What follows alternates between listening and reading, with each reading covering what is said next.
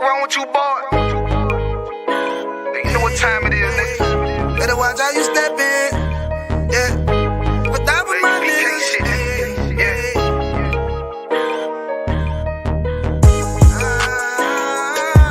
I'm in you.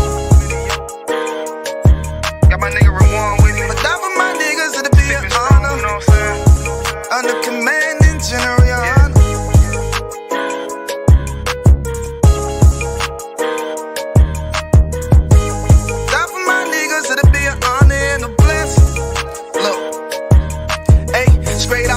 I love all of my niggas, that shit ain't gon' stop till we on top and we ballin', my nigga. We be fly as fuck, you know them bitches be stalking my niggas.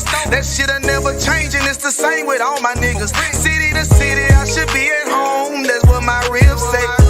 But bitch, I'm grown, I'm in these streets and closed caption. Niggas know we bout that action. If a nigga play with me, then my Hakim gon' let him have it. Hey, think you the shit, this truth the shit. Nigga play, I let that Ruger hit. Get on them tracks, they be like, who is this? I'm rude with it, ain't got no manners. All them pussy niggas talking shit, yeah, I know they can't stand us, but we UPK, Louisiana, bitch, that's what I'm reppin'. And my niggas solid, number real ones in my section. If you wanna get down, put your boots on, start steppin'. Brotherhood is a weapon. Brotherhood is a weapon. Better watch how you steppin', cause brotherhood is a weapon. If I die for my niggas, it'll be an honor and a blessing. Better watch how you steppin', cause brotherhood is a weapon. Brotherhood is a weapon. Better watch how you steppin', cause brotherhood is a weapon. If I die for my niggas, it'll be an honor and a blessing. Better watch how you steppin', cause brotherhood I lay my life down right now for all my sisters and brothers, because I love them. I see them dapping and hug them. It's amazing to see how well we adapt from the struggle. Born again from a life of sin, trapped in the gutter. My mind frame was to kill my own kind. Feeling inferior, waking up ready to die. Run with them killers, so it's just a matter of time. For why take your life or let you take mine? That's when I realized the slaves killing slaves while the white man live to get old. We in them graves, the shit got me feeling plain. I opened the Bible, went through them records, found out we was royalty, a nation to be respected. But in this world we rejected, we hated for our complexion. Still fighting to get accepted, we hear the truth and reject it. But love is getting corrected, and all my niggas correct me. The commandments, the foundation we erected. Brotherhood is a weapon. Brotherhood is a weapon. Better watch how you steppin', cause brotherhood is a weapon. If I die for my niggas, it'll be an honor and a blessing. Better watch how you steppin', cause brotherhood is a weapon. Brotherhood is a weapon. Better watch how you steppin', cause brotherhood is a weapon. If I die for my niggas, it'll be an honor and a blessing. Better watch how you steppin', cause brotherhood is a weapon.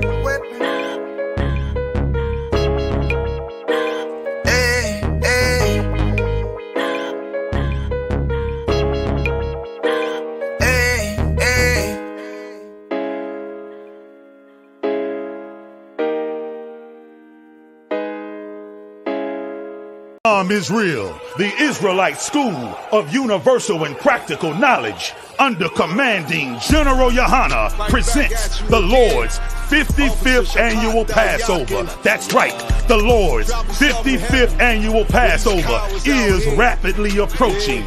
Commanding General Yohana is calling for all blacks, Hispanics, and Native Americans to remember what the Lord did for us by saving us from our oppressors and choosing us to be a special people unto Him, the real Jews and Israelites. Passover will be held in Durham, North Carolina. Pay your Passover fee. Anyone 17 years of age or older must pay $200. Come and enjoy fresh lamb, unleavened bread, and the Spirit of Christ. Can't wait to see you all there, Israel. Shalom. Gathered on streets and corners, all is feeling righteous. Real particular, nobody else there to compare to. Train for war, men of war, and warlike apparel. Prefer our leaders, can't get between us.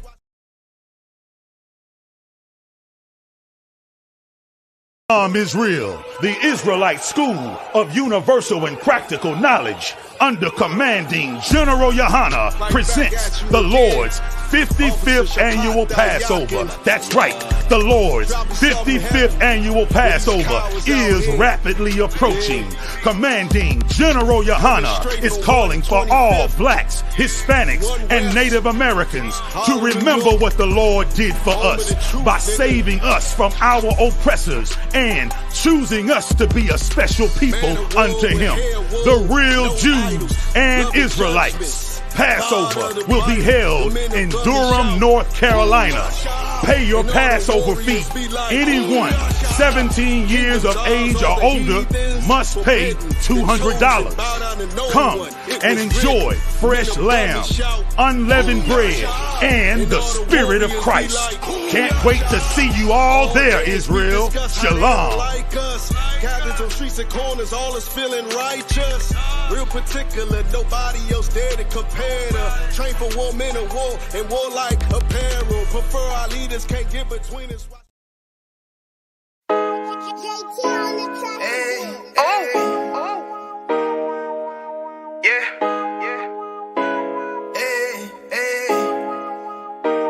Fuck wrong with you, boy? You know what time it is, nigga. Better watch how you step in. Yeah. But that was my nigga.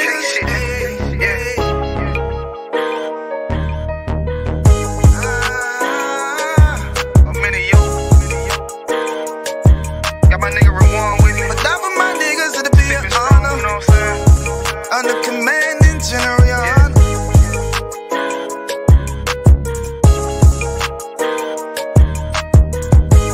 That for my niggas, it'll be an honor and a blessing. Look, hey, straight off the top, I love all of my niggas. That shit ain't gon' stop till we on top and we ballin', my nigga. We be fly as fuck, you know them bitches be stalking my niggas. That shit'll never change and it's the same with all my niggas. City to city, I should be at home. That's what my ribs say. But bitch, I'm grown, I'm in these streets and closed caption. Niggas know we bout that action. If a nigga play with me, then my Hakim gon' let him have it. Hey, think you the shit, this truth the shit. Nigga play, I let that Ruger hit. Get on them tracks, they be like, who is this? I'm rude with it, ain't got no manners. All them pussy niggas talking shit, yeah, I know they can't stand us, but we UPK, Louisiana, bitch, that's what I'm rippin'. And my niggas solid, number real ones in my section. If you wanna get down, put your boots on, start stepping. Brotherhood is a weapon. Brotherhood is a weapon. Better watch how you stepping, cause brotherhood is a weapon. If I die for my niggas, it'll be an honor and a blessing. Better watch how you stepping, cause brotherhood is a weapon.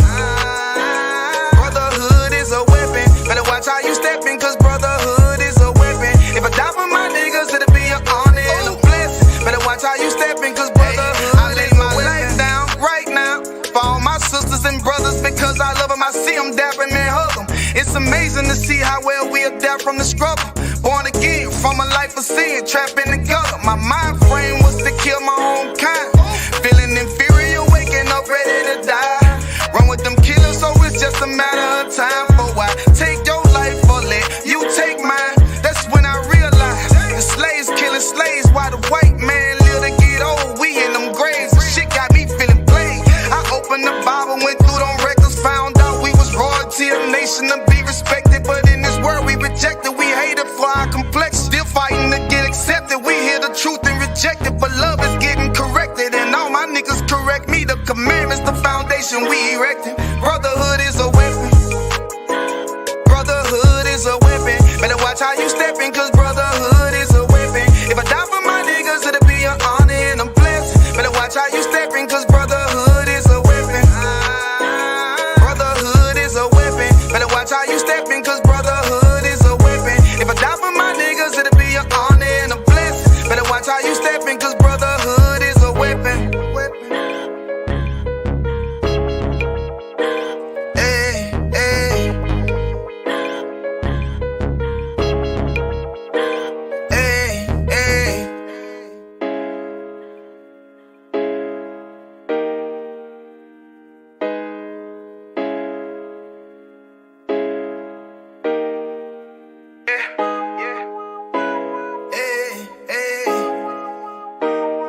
wrong with you, boy?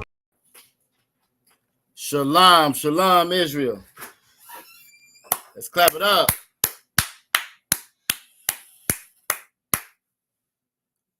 All right, we are up live. We on Instagram. We up live. We on Facebook. We up live on the YouTube. I think we good everywhere. We're still working on getting on TikTok. We at about 750. We need about 350 more. 350. So if you got 350 friends, Christians, family members that's lost in the sauce, by all means, you make sure you get them to go ahead and jump on and like, share, subscribe.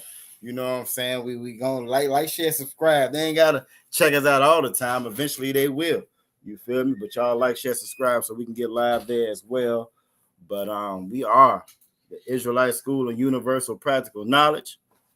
Started out at 1 West, 125th Street, Harlem, New York, under Commanding General Yohana. And since 1969, we have been teaching the truth of the Bible. And what's that truth? That truth is that so-called, I say so-called because these names were given to us by the oppressor, so-called blacks, so-called Latinos, so-called Native Indians or Americans, however they fall on that line. You know what I'm saying? They are the children of Israel. They are God's chosen people. They are the Israelites. That's who that Bible was wrote about. That's who wrote that Bible. That's our family heirloom. That's real life Black history. Who gives a damn if Rosa Parks sat on the back of that bus? That Bible was real life Black history. They have taught us to be in this country to be proud to be slaves. We are happy to be their slaves, happy to be their lapdogs, happy to get just this far underneath this damn oppressor and lift this country up. This is the garbage they've taught us and that we've ascribed to over the years. But in that Bible, we learn about real life Black history. We learn about real life freedom. It's amazing. So many of us doing this month right here. We throw our fists up in the air. We talk about Black power, and we are so happy, so damn happy to be free, even though none of us are free.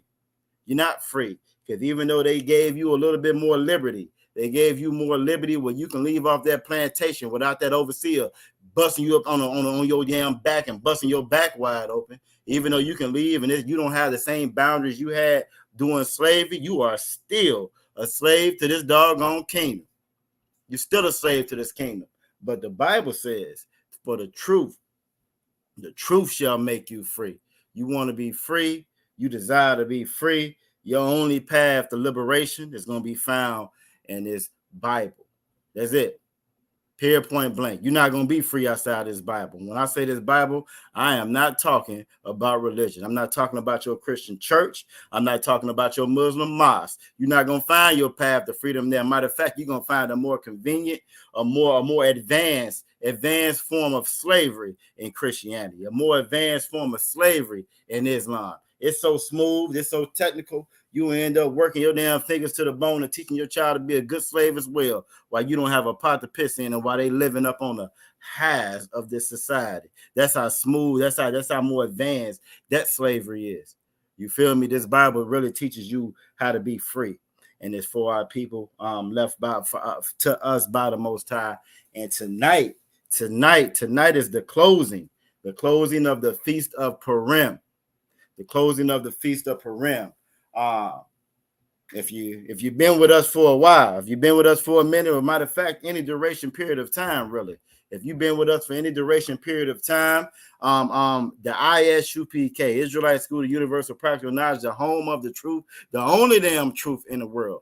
You know what I'm saying? We have a reputation for, and it's not an earned reputation. It's a lie.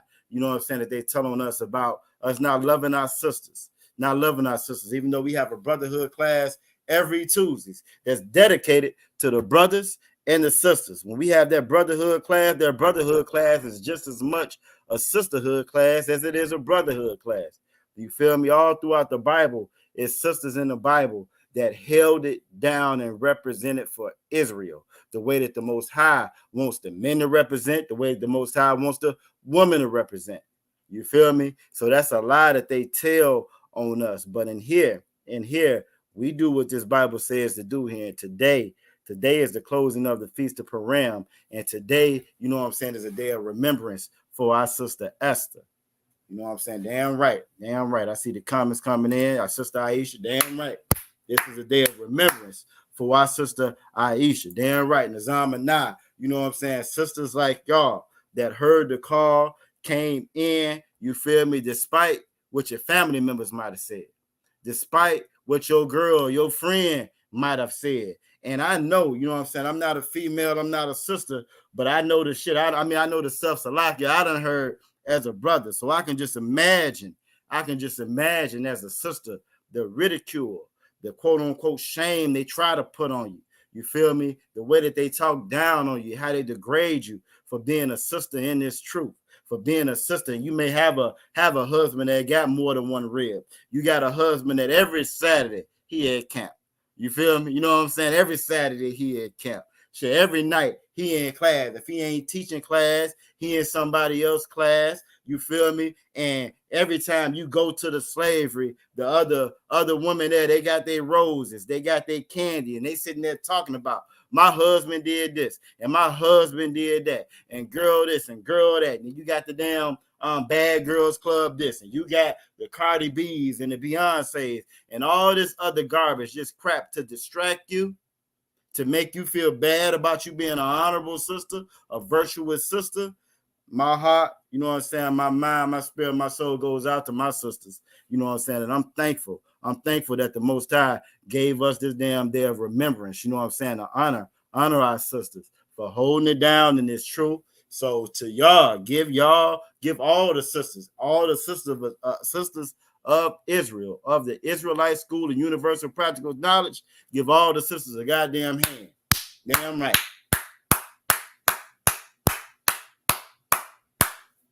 Because despite what they say, we know the strength that our sisters possess. You know what I'm saying? We know the value of our sisters. Sister Nazama Nah says shakwat, and submission is our strength. Damn right. You know what I'm saying? And so many people don't, because they're in this world, they don't understand that. All they understand in this world by following this oppressor is greed, domination, cruelty, brutality. Our people try to restrict or cut off their feelings to be just like Esau. Esau ain't like us, and we ain't like Esau. Well, in the scriptures, it said it was two manner of people, you know what I'm saying, within our womb. We ain't like them, and they ain't like us. But through the whole civil rights hoax, the civil rights game, the hustle, the civil rights hustle that they ran on us, they taught us to want to be equal to the damn oppressor. Why would you want to be equal to them? They're not you. They don't feel like you. They don't have the humanity that you have. They don't have the compassion that you have, the empathy or the damn sympathy that you have. They don't care for their own people, let alone for anybody else that's not them. You feel me? So again, the water to all the sisters, salute to all the sisters that's in here that hold it down, and to the brothers who came in and heard that call. You know what I'm saying? It's a thing about that brotherhood and that sisterhood. You feel me? About that brotherhood and that sisterhood, you learn ain't no turning back. You feel me? Ain't no turning back. It don't matter what she say, what she do. If she don't lay with another brother, damn it, that's your wife. That's your responsibility. And you're going to hold her down, and vice versa. That's sister. You might not like the fact, man, I ain't seen this nigga in a whole month. It's ISUPK this and ISUPK that.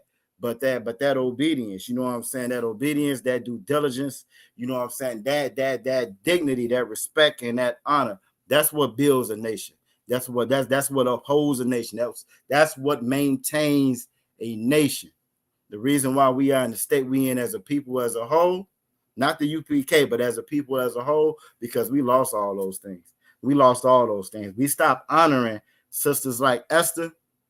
We started honoring sisters like Beyonce and sisters like Oprah. You feel me? We started honoring all the wrong things about our sisters. Sisters like Michelle Obama.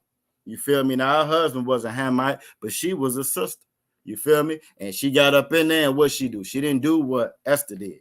You feel me? She didn't do what Judith did. She did none of those. She went in there and she did her own thing. You feel me? She was a good American. She tried to get the hearts and minds of the other women in America. She could care less about her own sisters. Now she put on a good show. She would jump rope with the kids, do push-up with the kids. You know what I'm saying? She put on a good show, but it's something distinctly very different about being an Israelite and being an American. Being an Israelite, a daughter of Zion, and being a good citizen. As those are two different doggone things. And we're gonna close out and learn a bit what the rest of about Esther tonight. So again, the water for everybody in here tonight, the water to these damn sisters in here. We're gonna do a roll call, and then we're gonna jump right on up in it. We're gonna jump right on up in. Now I always try to start my classes off as early as possible, right? I started my class off, and to my shock and my surprise, but really not that surprise. As soon as I hit click, you know what I'm saying? This gonna be the title. This is what we're doing with first sister I see, Yahweh Shema Lathan Ba'Shem Yahweh Shah, Akwaf Nizam Anah, who be holding it down in everybody class, learning and sucking up as much information, knowledge about this truth as possible. Every time I log on, it's almost a given to this point. You know what I'm saying? It's almost a constant. You know anything about math? You got constant and variables. Variables change. It's almost a damn constant now that whenever I log on, I'm gonna see Akwaf Nizam and now. You know what I'm saying? That don't matter if I'm gonna cross the line, if I'm on America on fire. You know what I'm saying? If I'm listening to that, and look, if I'm listening to ISUPK, Killeen, Texas, scripture breakdown, I'm gonna see Akwaf Nizam and now. You know what I'm saying? Holding it down in there, soaking up all this knowledge. So it's always great to see you. I can't wait to the Passover till we can all meet and greet, see each other. I don't know who all making it down to Purim, the closing of Purim. I won't be able to make it, unfortunately. I don't think, unless you know what I'm saying, hand of the Most High move tonight. I don't think I'm gonna be able to make it down there. So for all the ones that do, y'all make sure y'all hold it down. Y'all meet and greet, get with each other. I hate the fact I missed out on the opening of Purim last night. It looked so wonderful, so glorious in the school. You know what I'm saying, in Virginia. You feel me? You know what I'm saying? So most high in Christ to that. Y'all held it down. Y'all did a great job last night. It did my soul some good and some joy to see y'all. Brother Kwasha, you know what I'm saying? Yahweh Shem Yahweh Shah Brakatah.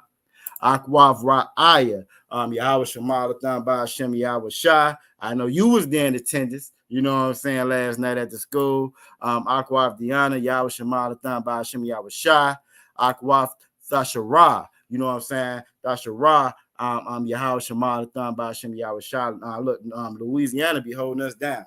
And I know y'all just got over Fat Tuesday, you know what I'm saying, and all the other festivities that go on down there. And you know, it's hard for all of Israel. But that thing about them in Louisiana and New Orleans is a damn party city. You feel me? It's a party city. Now, at any point in time, we could all say, you know what? Forget it. Turn our back on the Most High. Go back to that old man, that old woman. But that damn New Orleans, you know what I'm saying? You got to be a real strong brother and a strong sister, you know what I'm saying, to come out the depths of that. You know what I'm saying? And I say the depths because any kind of deviancy you want to get into, you can find it in New Orleans. So for these sisters to be here in class, you know what I'm saying? Normally you see the young man John Ray, young man Jarion here in class. You feel me? That's a glorious and beautiful and powerful thing. You know what I'm saying? So most high in Christ for you sisters. You know what I'm saying? Damn right, Sister Nizam and and also Yahweh Shema Lathan Ba'Shem Yahweh Shah to Akwaf Anah. You know what I'm saying? Held it down last night. I wasn't there last night, so I don't know if the push-up challenge went off. You feel me? I don't know if the young man, you know what I'm saying, was able to get up with Officer Yerashima. I don't know what went down. I didn't get no feedback on it. You know what I'm saying? So I don't know. You know what I'm saying? If they came head to head on those push-ups, but that young man be about that business. I can't wait. You know what I'm saying? I am enthralled, and I feel I'm privileged to be able to see him come up in his truth. He is going to be a mighty warrior. You know what I'm saying, for the Most High. You know what I'm saying? Look, Aqua Fry laughing. Yeah, I didn't see. You know what I'm saying? I ain't know if, you know, normally he come out there throwing push-ups on the table. So I wasn't able to see that last night. You know what I'm saying? But You know what I mean? I can't wait till we all again get together. Akwaf Nizam and I say he under the weather, the flu. Hey, Most High in Christ. That's all right. I already know them young men there. You got some good brothers, and that your children. You feel me? Which is why the Most High stay on us. Which is why the Most High left us the instructions he did. Which is why we celebrate a day like today. You know what I'm saying? Talking about Esther and Purim. The children are a reflection of the Father. You feel me? The children are a reflection of the Father. And we got the best possible father there is. And we just done been some horrible children. So, you know what I'm saying? When I shout out young man John Rand and young man Jarion, you know what I mean? Again, I remember being them young men. You know what I'm saying? I remember being that way before the truth, way before an inclination of the truth, without all the internet that we have nowadays, without all the false and misinformation that's out there nowadays. So for them young brothers to be chiming in the way that they chime in, I know if I don't see them, it's a reason why I don't see them. You know what I'm saying? Akwaf Rai said he is mighty not. Damn right. Damn right. Damn right. So we are in here tonight. Again, it's good to see everybody that's in here. Make sure I hit everybody. I got to get to my brothers. Yahba Hashem Yahba Shabbarakatah. Officer Mataza Akara. You know what I'm saying? Whenever I see anything going on crazy in the world, or and that's every day, all day, I hit my brother up just to make sure, you know, I ain't losing my damn mind. You know what I'm saying? So it's good to see you here in the night, see you in here tonight, brother. Yahweh Shah Brakatah, the trooper Kazakia in the building. You know what I'm saying? I got to get down there to check my brother out. It's good to see you in class. I hope you in good spirits, ready to roll, ready to close out. You know what I'm saying? It's Feast of Purim. You know what I'm saying? It's good to see you in here as well. Akwaf, Anah said the water. Nah, the water to you, sis. The water to you. It's so easy. It's so tempting to go with the flow.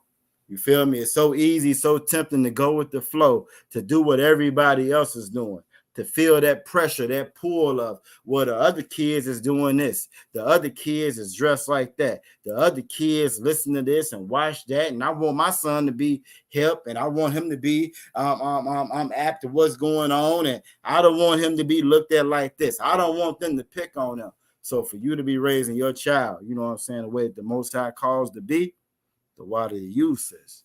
The water to you. I wish, you know what I'm saying, my mother was as strong as y'all sisters are. You feel me? I wish my mother had the same strength that y'all sisters had. You feel me? It may have saved me some heartache and some trouble. But as I grew and as I got stronger and stronger in this truth, I started to adapt that ability not to really have too many regrets. One thing about being in this truth, you'll see, I know for me personally, I seen brothers that I revered and looked at and was like, damn, I'm glad to be a part of an organization, of a family. And these brothers in here was in here with me. And then I looked up and them brothers was gone. You feel me? Them brothers was gone. Them sisters was gone, but I was still in here. And it made things a little bit clearer. You feel me? You may not have gotten here by way of, you know what I'm saying, a transmission, or, you know what I'm saying, a vehicle or journey that you would have chosen, but you here.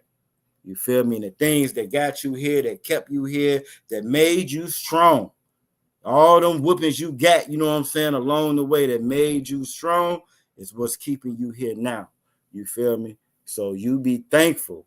We should be thankful, you know what I'm saying, for the Most High still calling out to us, because he could have called out to anybody, but he called out to us. Now, knowing that he could have called to anybody, folks, that we may have looked at, because I'm pretty sure we all in the same boat. I'm pretty sure everybody that's in class knows somebody else that they looked at in life and was like, that's that nigga. That's that her, him, her, putting them above you before you got in this truth. But lo and behold, they didn't make it here. And even if they did make it here, they ain't here now, but you still here. You feel me? That shows the value that the Most High sees in you, the potential that the Most High sees in you, the importance that it is for us to follow these laws, statutes, and commandments, regardless of whatever, because it's on us, it's on our shoulders, so we can be like this sister Esther that we're gonna talk about tonight. You know what I'm saying? Akwaf Thasharah said, damn right, Akwaf. A yonder bar. You know, we ain't doing Lasha one Kwadash tonight. Tonight gonna be the closing of the Feast of Purim, but a yonder bar. Akwaf Anah. Akwaf Nizam and I said, man, this truth is the best gift to give your kids and the true blessing when they follow. And just like always, Akwaf Nizam and I is on point and in the spirit. Because when you really look at this story of Esther, right? When you look at this story of Esther, that's what was given to her. Esther got these laws, statutes, and commandments. Esther was brought up in this truth. And when you look at the brother Mordecai, you know what I'm saying? Her father's uncle, Esther, you know what I'm saying? Her father was Mordecai's uncle. You feel me? But because they knew the truth, they knew that we don't just how the Marines stole our joint. You know what I'm saying? We don't leave no man behind. We don't leave no sister behind, even though that wasn't his child. You feel me? That was his uncle's child. It wasn't even his brother's child. You feel me? But he raised her like it was his child, and he put inside her the same thing that was put inside him. And this is something that we've gotten so far away from as being a people.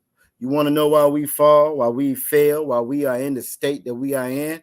We forgot. We forgot how we always go over in history class with Officer Matazar Kara. We forgot to remember the days of old. You feel me? So we didn't pass along the laws, statutes, and commandments to our children. We gave our children Christmas. You feel me? We gave our children citizenship. Y'all probably, I don't know if they still do it now, but I remember I had a wall full of citizenship awards. You know what I'm saying? From when I was young. We pass our children that, not knowing that's not gonna sustain you. That's just gonna make you a good slave. Now, there's nothing wrong with going to school and excelling, because that's just who we are. We truly do excel at whatever we want to do, whatever we put our mind to, be it wickedness or be it righteousness, right? Be it education, be it athletic prowess, sports, or whatever it is. Whenever we put our minds to it, we truly do excel at it. And that's because we God's chosen people. And that's the part that we miss. So many times we get that pride that they try to put in us. You know what I'm saying? You see the moms out there at the little kids' games or whatever, and they want their kid to be the next Michael Jordan, so she can buy as much Chanel and Balenciaga and be the next Amber Rose. You know what I'm saying? She ain't thinking about the reason why her child is so good out there, what he does. She done forgot that we God's chosen people, and that's the reason why. You feel me? We were made to lead the whole earth.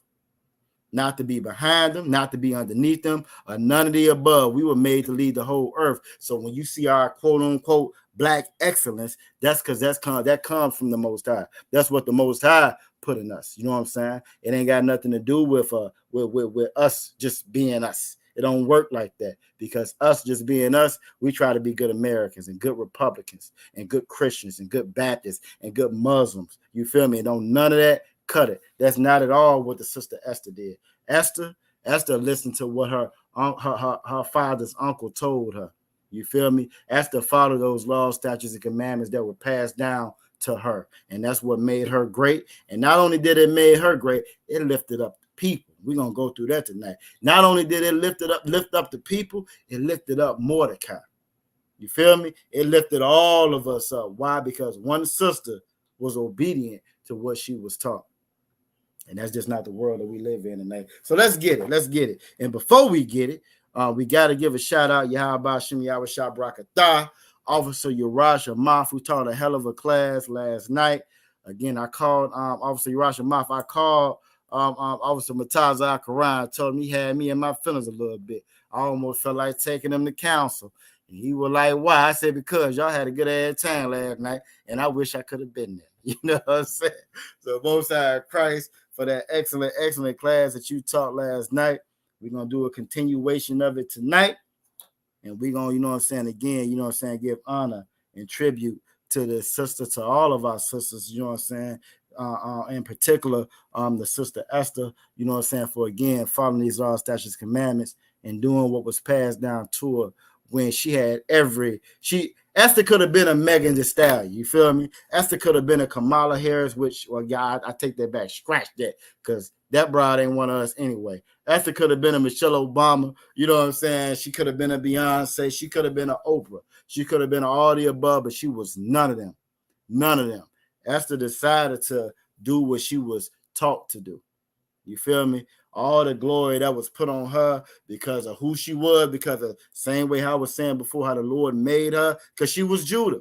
You feel me? Because she was Judah. We got the best, finest sisters there is in the world. So-called black, so-called Latino, so-called Native Indian. How a brother ends up with an Edomite, it baffles my mind. I don't get it. I don't get it. I don't see what you see in a damn Russian or in a Jewish Amalek woman. I don't understand it. In an East Indian woman, when we got all the colors of the rainbow, you feel me? And all the flavor and swag that's in the earth comes from us. The other sisters that they end up picking, you feel me? They just try their best to pretend to be like us.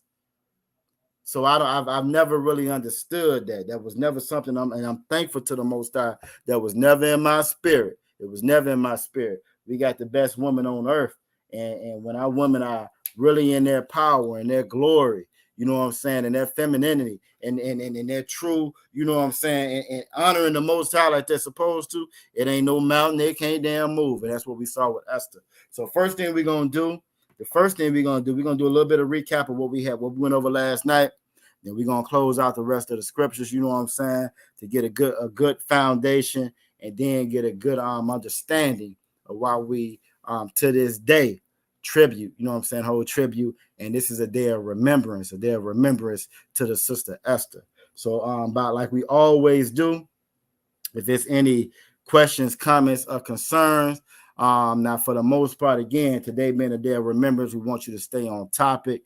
If it's something that's long in topics, by all means, go ahead and drop that. If it's not in topic, we may just table your question and bring it back the next time. Good incentive for you to jump back in here, you know what I'm saying? And also, you know what I'm saying, again, we don't duck and dive anything.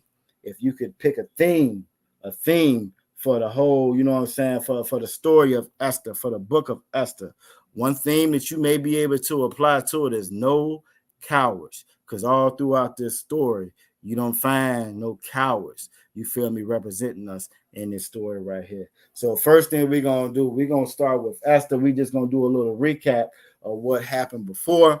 And then, like I said, we're going to move on through the story.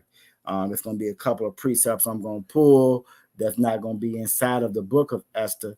We're going to try to get through all of them because unlike a traditional class, tonight is very important that we hit everything that we got on the paper tonight. So again, if you got any questions or comments, concerns, jump in. I'm going to ask a couple of questions. Make sure y'all quick to jump on there and answer those. And we're going to go from there. This whole thing started. It's an amazing thing, right? The beginning of the unraveling of Israel, of our nation. You know what I'm saying? There's so many things that took place, but one of the main things was the interracial marriage. You feel me? The Most High destroyed the earth, brought us back. We still didn't learn our lesson. You feel me? Time went on. We in other captivities now because we never did learn our lessons. We still followed these other nations and these other people.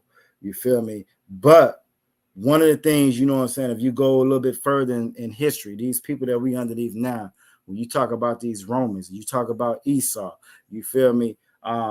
That's who brought about feminism. You feel me? Those are the people that brought about feminism. I never forget. It always strikes out of my mind when that movie 300. Because when I was younger, I liked that movie 300, right? I liked that movie 300. And then I got in the truth. And when I got in the truth, one of the first things I learned was in that movie, you know what I'm saying? Every last one of them lived an alternative lifestyle. And then you dig a little bit further. Not only did every last one of them live an alternative lifestyle, that they're women, that strength, you know what I'm saying, that you saw in Leonidas's wife when she hemmed the dude up, threw the drawers on him, and he took him the whole nine, and that all of that is part of that feminism that they put on, they sprung on our woman later on and it destroyed us. It destroyed us because things of that other nation, they may build their empire, they wicked, evil empires. It destroys us because we are righteous people. We got a righteous God. All their gods are make-believe and they're evil and they're about conquering and dominating. It ain't got nothing to do with the real God, even though they try to mimic and pretend to be him. You feel me? So we're going to start just to revisit, just to go back where we were. We're going to start with Esther, chapter 1. We're going to go to verse 10. You feel me? I'm going to go ahead and pull this up on screen. So the first question I'm going to ask, just to make sure everybody was paying attention to Officer Yarash Amath class that he gave last night. How did Esther, because queen is not in our culture. You feel me? So for the sisters that's watching that, this may be your first time. Maybe you missed last night's class. You know what I'm saying? Maybe it's your first time tuning in and you've been told that you a black queen. I'm gonna tell you that when they call you a black queen, they're calling you a black prostitute. That word queen means prostitute. It was first spelled Quean. And y'all can Google and pull this up on your own time. It's actually a good thing to have in your notes. You feel me? That's where that diva, boss B, all that comes from. And again, it was prostitution.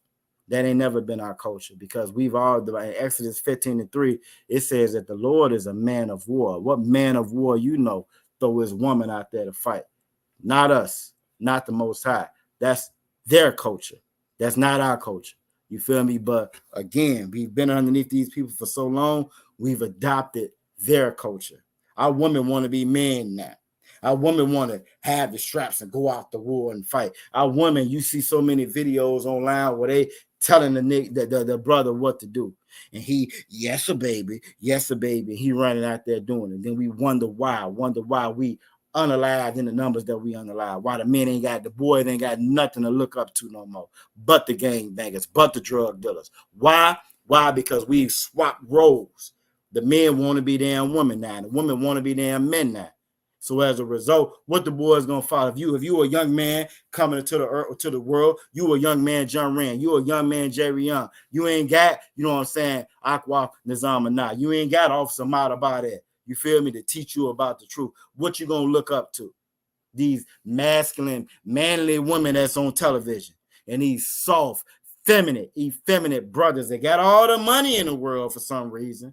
You feel me? That's what you want to subscribe to, and that's not our culture. That was never our culture. That's these heathens' culture. And this story of Esther allows us a glimpse into, you know what I'm saying, a sister that held it down, and why we need to get back to these laws, statutes, and commandments, and back to our heritage and our culture. You feel me? This is how you hold on to a nation. So let's get it. So the question I'm gonna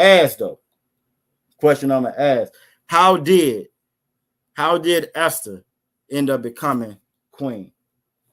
Now we're gonna go, and while y'all are answering that, I'm gonna go ahead and pull up Esther chapter 1, and we're gonna start at verse 10.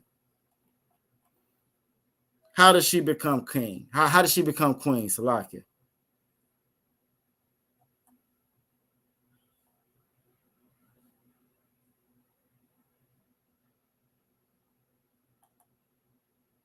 No, I don't see no answers coming in. Now, I was in that class last night. You feel me? I was in that class last night.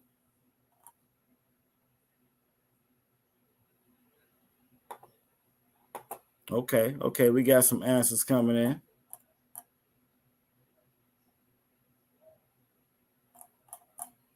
Oh, look, I'm in the wrong chapter. I'm wondering why this chapter ain't matching up. I'm trying to buy time while y'all answer, and ain't none of the scriptures matching. So, all right. Aqua Farad said she was beautiful and followed orders humbly. Okay, who else? How did Esther end up becoming queen? Because before she was beautiful, before she followed orders, something else happened.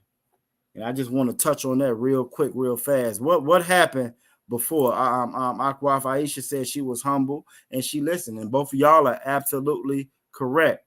But it was something else that happened. I just want to point that out because it's important. It's very important because it's something. It's something that our sisters have lost. Our sisters have lost. Not only have they lost it, it don't even make sense It don't even make sense to our sisters nowadays. So that's why I want to make sure I bring that point out. Let me get my screen straight.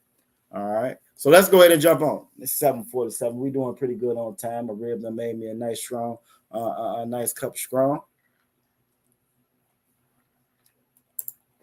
Aqua Aisha said she didn't say no. Now all of y'all are correct, but y'all a little bit further in the story that I wanted to start at.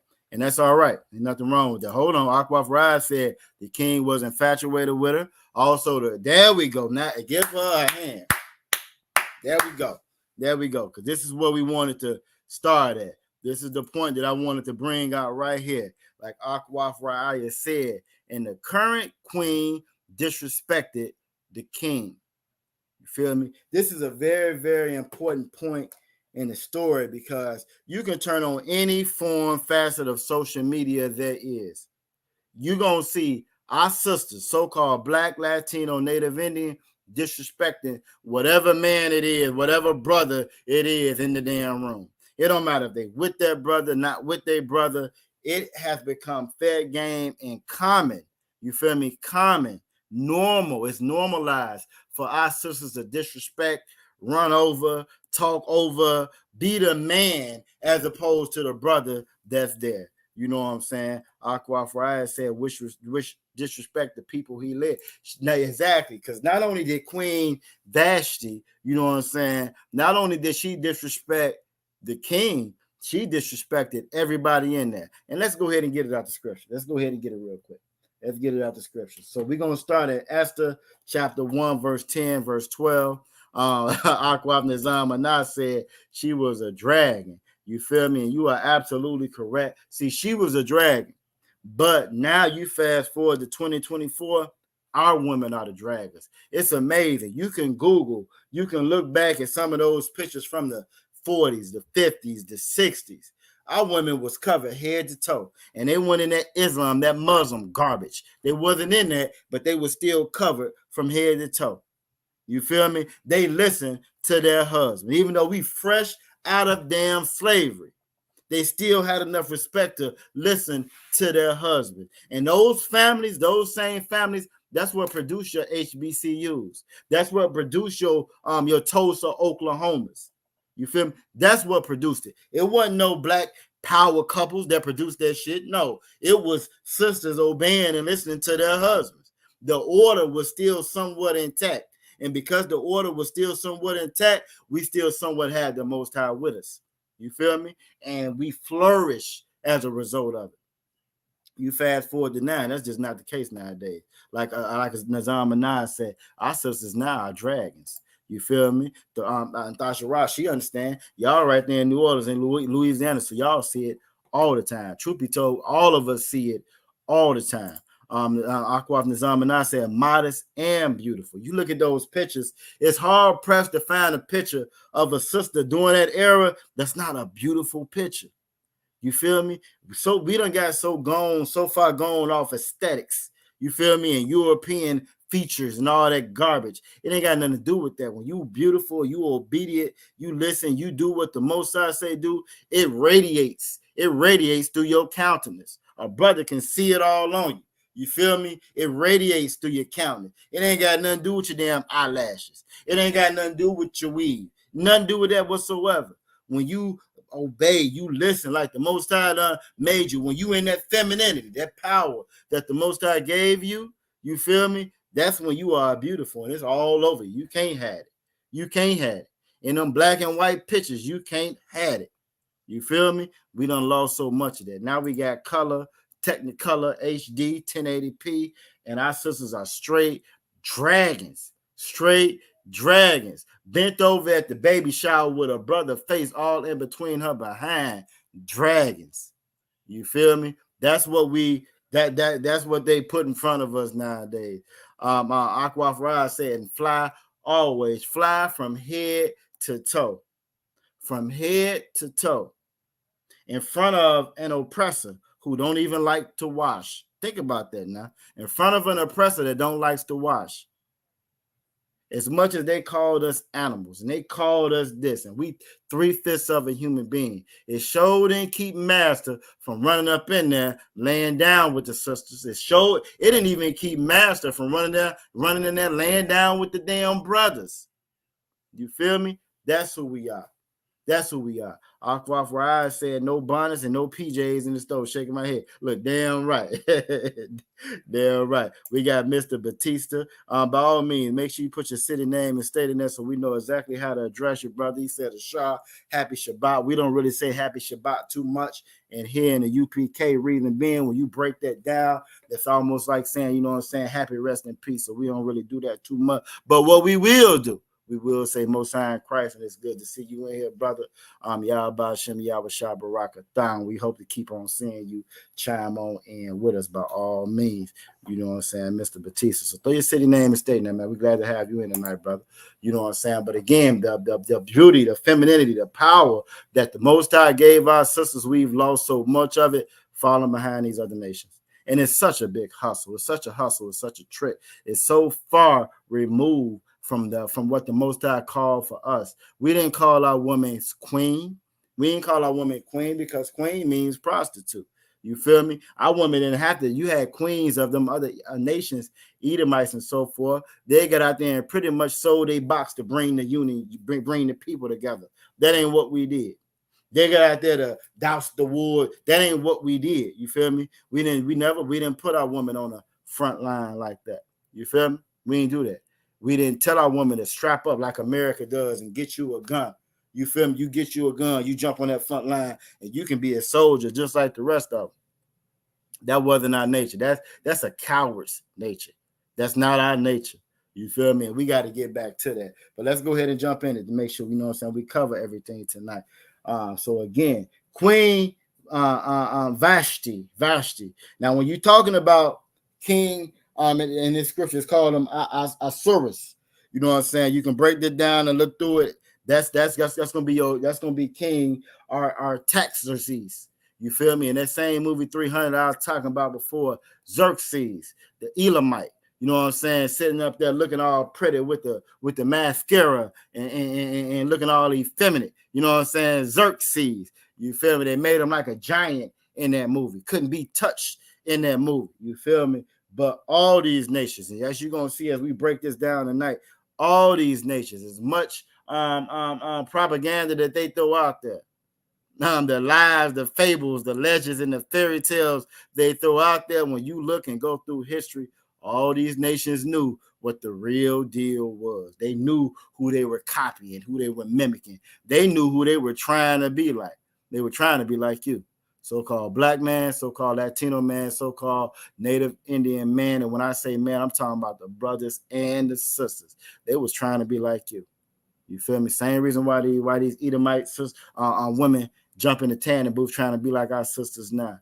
As much as they brought you down to their level, and in some cases lower than their level, they've always just wanted to be just like you. They wanted to be just like Esther was. Wield the power that Esther did. You feel me? But let's get it. So on the seventh day, when the heart of the king was merry with wine, he commanded Mahuman, Biztha, Harbana, Bigtha, and Abagtha, the Zathar, and Carcass, the 7 chamberlains that served in the presence of Azuras the king. So all his people were there pretty much, right? And we went over this last night tonight, so we're going to kind of go through it fairly quickly tonight, again, just to make sure we touch on everything. So all his folks is there, and this is their customs. This is their customs to bring a woman out and parade them around everybody else. Same garbage that we do now today. You pull up any video, and my bitch this, my girl this, you know what I'm saying? She this, yeah. I never forget the first time I heard that line when Wayne was like, my girlfriend got a girlfriend. And I battled myself because Wayne is one of my favorite artists. You know what I'm saying? It was a conflict in a battle because I didn't agree with the lyric, but Wayne was my artist. You feel me? And over time, I succumbed to the ignorance. I succumbed to the wickedness, which is what a lot of us do with in the absence of this truth right here. You feel me? So it's their nature to bring that woman out and parade them around. Same stuff a pimp does nowadays. Same thing a pimp does. Pimp get that woman, tell that woman to spin, twirl. This is what y'all can get for a small fee.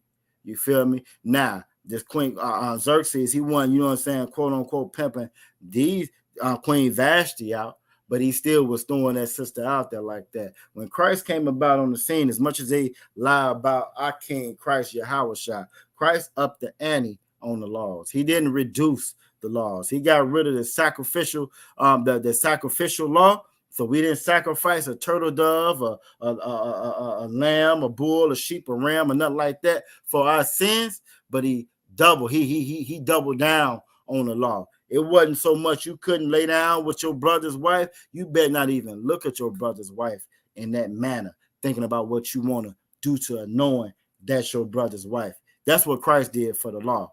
You feel me? So again, this is their culture, not our culture.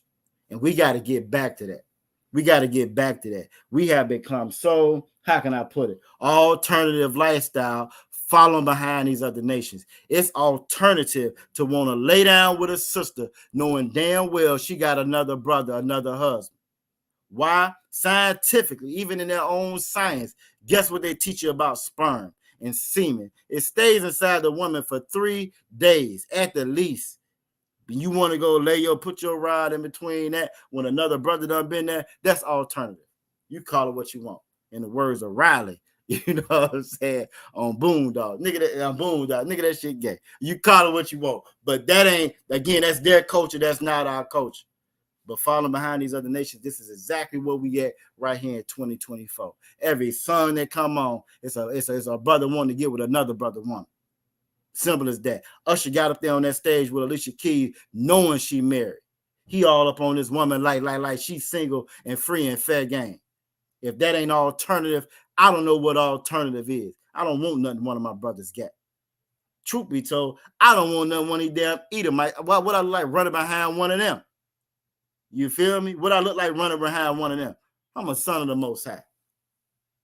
We got to get back to what these laws, statutes, and commandments really teach. You want to teach your children to be strong. This is how you teach your children to be strong. You want to teach them to be honorable. This is how you teach them to be honorable, just like Esther was. All right, so all his folks over there, verse 11, to bring Vashti the queen before the king with the crown royal, to show the people and the princess her beauty, for she was fair to look on. She was a decent looking heathen. She was a decent looking heathen. You feel me? Verse 12, but Queen Vashti refused to come at the king's commandment. You know what I'm saying? She like, nah, you don't tell me what to do. Now this is unheard of for the other nations nowadays, but this is Sister 101. This so-called Black, so-called Latino, so-called Native Indian 101 for our sisters. Don't know there tell me what to do. Ain't that what our sisters say? Right? Ain't that what our sisters say? We're gonna see by the time we get to the end of this, what Esther achieved by her following the laws, statutes, and commandments, being obedient, being disciplined, versus doing what the hell Queen Vashti did. You know what I'm saying? She said she refused to come to the king's commandment by his chamberlain. So not only did she refuse his commandment, this is in front of everybody. Then you don't tell me what to do. You feel me? Therefore was the king very wroth. The king pissed off. You got to think about it. It's a big feast. You know what I'm saying? Big event. He got all his folks there. I saw a video. This is like until I saw a video some probably about maybe 6, 7, 8 months back. You feel me? Where the brother got on, you know what I'm saying? He it was at their wedding. Again, now we don't do wedding like that. We teach sex is marriage. You feel me? We teach sex is marriage. But this brother here, and it may have been, you know what I'm saying? It may have been a Hamite, but it was a wedding. He on his knee. He done had the wedding, big wedding. He done spent racks on racks on racks for the wedding. You know what I'm saying? They at the wedding. He done got some entertainer. Now, some what we would call a genuine or a usher or one of them to come perform at this wedding. The girl lose her damn mind over the entertainer. She done forgot about the husband who paid for all of it. She done forgot about, you know what I'm saying, the husband altogether. You feel me? That's kind of like Queen Vashti. Queen Vashti was worried about everything except for her husband. Everything except for, you know what I'm saying, his reputation, the people that's looking at him. Same way how our women do nowadays today. So it says that Vashti refused to come at the king's commandment by his chamberlains. Therefore, the king was very wroth, and his anger burned in him. I want y'all to remember that. The king was pissed off about this. This wasn't no small thing that she did. You feel me? This wasn't no small thing she did. Now, but the point that I want y'all to remember, it's the point that I want y'all to remember right here. The king went, verse 13. Then the king went to the wise men, which knew the times, for so was the king's manner toward all that knew law and judgment. Even though this is a heathen, right? Even though this is a heathen, even though, you know what I'm saying, they got their own cultures aside from, you know what I'm saying, our cultures, they got their own form of righteousness, the whole nine. Even in that ignorance, he was wise in this sense right here. When he was mad and wroth in his anger, she done shine on him in front of everybody at the party. She done embarrass him in front of everybody at the party. He hot, right? What did he do? What did he do? He said in verse 13 said, the king said to the wise man, which knew the times, for so was the king's manner that all that knew law and judgment. How is this different from us now today? This heathen right here, how does this heathen show more wisdom than we do, being the children of the Most High? We God's children. How does this heathen show more wisdom than us? Who can answer that? And I got a couple of precepts I want to pull real quick, and then we're gonna come back right here to this scripture. So I'm gonna stop this screen right here. You feel me? What's so important about that scripture we just read? That king, when she got in front of everybody and shined, she got in front of everybody and showed out. You don't tell me what to do. Who you think you talking to? You don't tell me what to do. I come out when I want to come out. You don't tell me when to come out. What I look like. What I look like, right? That's what she did in front of everybody, right? And the king was pissed off. King hot. The king went to the wise man. Why? The wise man that knew law and judgment. You feel me? Us being Israel, us being the children of the Most High, what should we take away from that right there? If you can surmise or give me an answer on that, what should we take away from that right there? Because this is something that we missing. In all of our classes that we go over, this is something that we don't have anymore. We don't have this no more. And the reason why we don't have this no more is because we follow this oppressor. And you can look at any of our movies. It's hard for me to sit down and watch a quote unquote black movie, a hood movie. You feel me? I shout out to Captain Natazat in the shot. You know what I'm saying? He put me on his site. You know what I'm saying? With a brother, you know what I mean, is breaking the movies down. You know what I'm saying? Like a brother would break the joints down. And it actually got me to kind of give me back that love I had for our films, and you know what I'm saying, stuff that was centered around us, because I had lost so much of it. So many of our movies, right? It's the same story, the same plot over and over again. But the biggest thing being, and you look at our young men, you look at our women. Who do our young men and our women follow? Do they follow somebody that seeks the wise people of that nation, that knows the law and the judgment of that nation, or are they impulsive?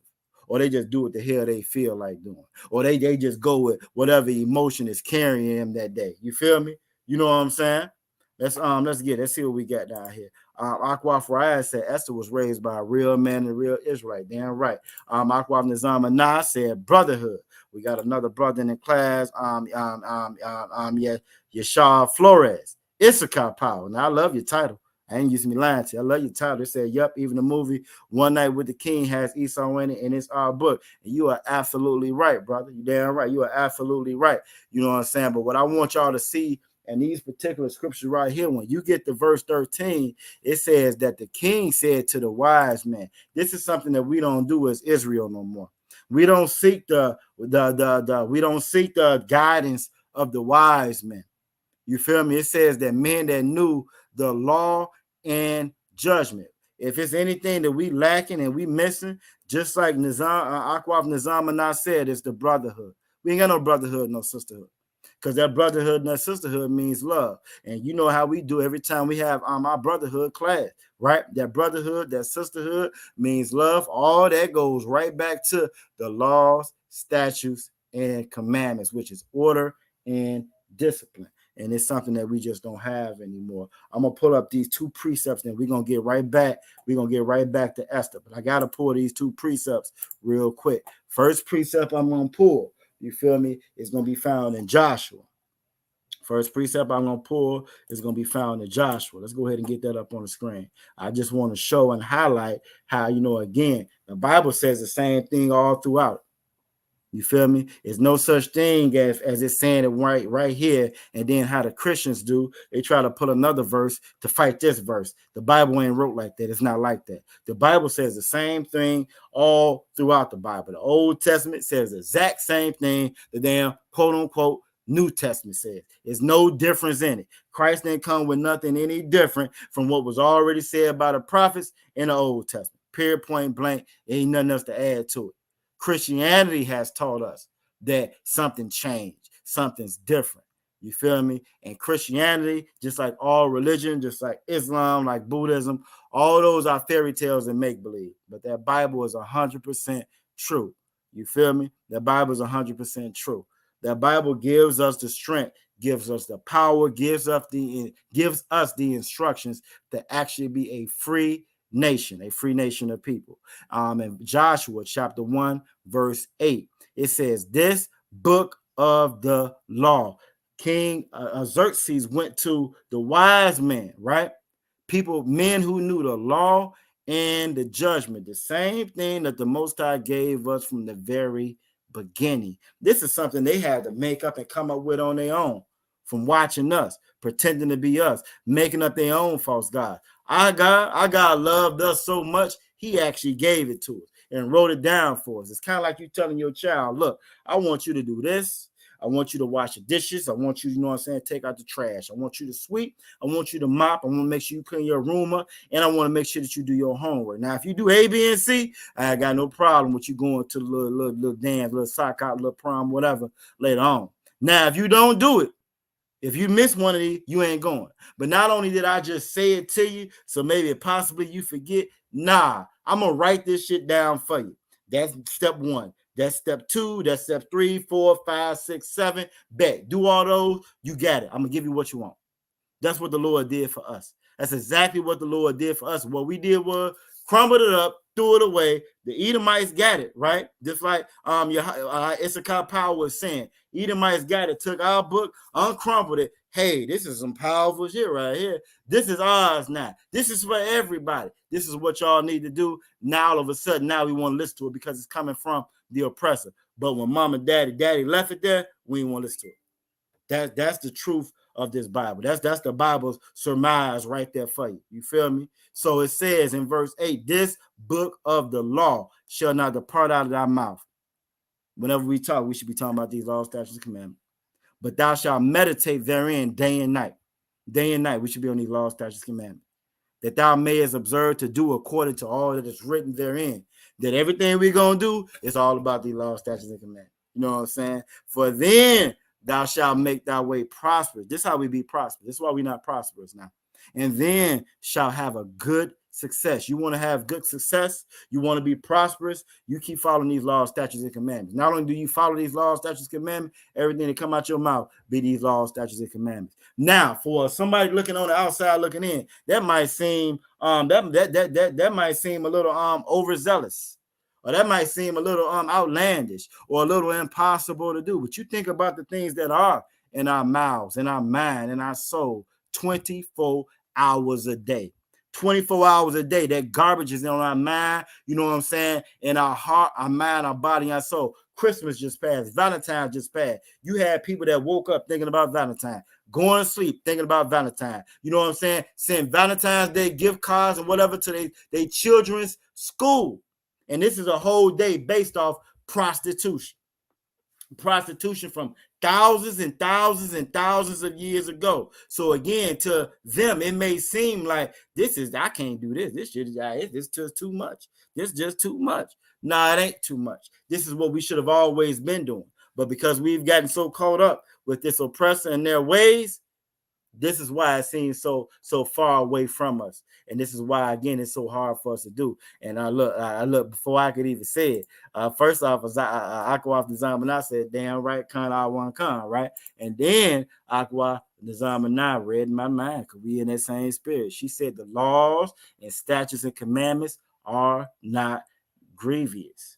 What may be grievous is coming out of this world, dumping all that other stuff that's in your mind that they done dirtied your brain up with. Getting brainwashed, it might be a little grievous. But once you get in here, you know what these laws, statutes, and commandments are really saying. You know what I'm saying? Then everything changes. You know what I'm saying? Issachar Power said application is the P. We are the universal school of practical knowledge. We teach to apply it. He can give us the law, but if we don't apply it, then right, it don't matter if we don't apply it.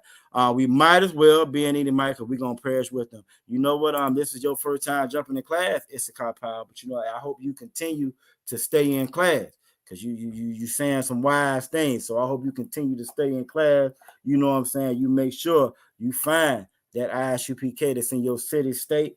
You feel me? Go ahead and jump up in there, man, because it seems like you done heard the call. You feel me? And if you done heard the call, you can be like our sister Esther. You feel me? You can be like the other brothers that say in this UPK. You sounded like a warrior. You sounded like a soldier. You feel me? We're gonna hope it continues for the rest of the duration of the class, but you sounded like a soldier. You sound like a warrior. Hey, by all means, you find out where we at. You feel me? And jump on in this damn body like the brothers and sisters of the Israelite School of Universal Practical Knowledge. But again, in Joshua, right? It says here, this book of the law, that king Xerxes, even though he was a heathen, he knew to find a wise man. Find them wise men, and that's because they know about the law and judgment, right? You know what I'm saying? I'm going to drop this precept and I'm going to bring up another one. So let me stop this one. And then I want to bring up another one. Because again, we've been taught, you know what I'm saying? We be bringing out scriptures about the truth of the Bible, right? And you'll get a Christian that'll jump on there and try to bring out another scripture to cut or go against what we just said. The Bible don't work like that. It says the same thing all throughout. Christ said, I said the same thing that the prophet said. I didn't come to get rid of the prophets. You feel me? But yet and still, they always try to say Christ said something different than what the prophet said. It makes no damn sense whatsoever. And the reason why it don't make no sense, they're not in the truth and they don't understand what they're reading. They don't understand what they think that they worship. They don't understand it. They don't understand the real true application, like Issachar Power said, of this Bible. You feel me? That true application of this Bible is power. True power. Adam was given dominion over the earth, which passed on to his sons, which passed on to Abraham, which passed on to his children. Dominion over the earth. We ain't the same. We ain't just like each other. We ain't finna be friends or none of the above. We got a job to do. And until we get back to doing this job, we're gonna be at the behest and on the bottom of these other nations. I want to bring up another precept. We're gonna bring up Baruch chapter 4 and verse 1. Now, Baruch is another book that's found in the quote-unquote Apocrypha. Again, there's no difference between the Old Testament, New Testament. The Apocrypha is a version of the Bible that they took out. There was about 14 so scriptures books that they took out. This is where the Greek captivity is at. They removed this because they didn't want you knowing. They didn't want you knowing, you know what I'm saying, about that Greek captivity. So when you got to that Galatians 3:28, and it said neither Jew nor Greek, you would be baffled. Now you thinking, well, that means everybody, when it don't mean everybody. This whole Bible has a consistent theme all throughout. That consistent theme all throughout. My children don't want to listen. They keep suffering because they don't want to listen. These are the instructions you need to follow, children. If you listen to these, I'm going to put you where I always wanted you to be at. Period. Point blank simple. My children, everybody in the world is against you. Why? Because they're not my children. But you don't realize and you don't see because you're disobedient. Esther was not disobedient. You know what I'm saying? The king went to the wise man that knew the law and judgment. But we already read that in Joshua. You know what I'm saying? How this is a book of the law. It ain't got nothing to do with religion. If this is your first time in here, let me check the ground, make sure anybody, because we ain't got nobody on that saying nothing. But it has nothing to do whatsoever with religion. This ain't got nothing to do with religion. It never was about religion. It's not a book of religion. This is a book of what? Baruch chapter 4, verse 1. This is the book of the commandments of the Most High.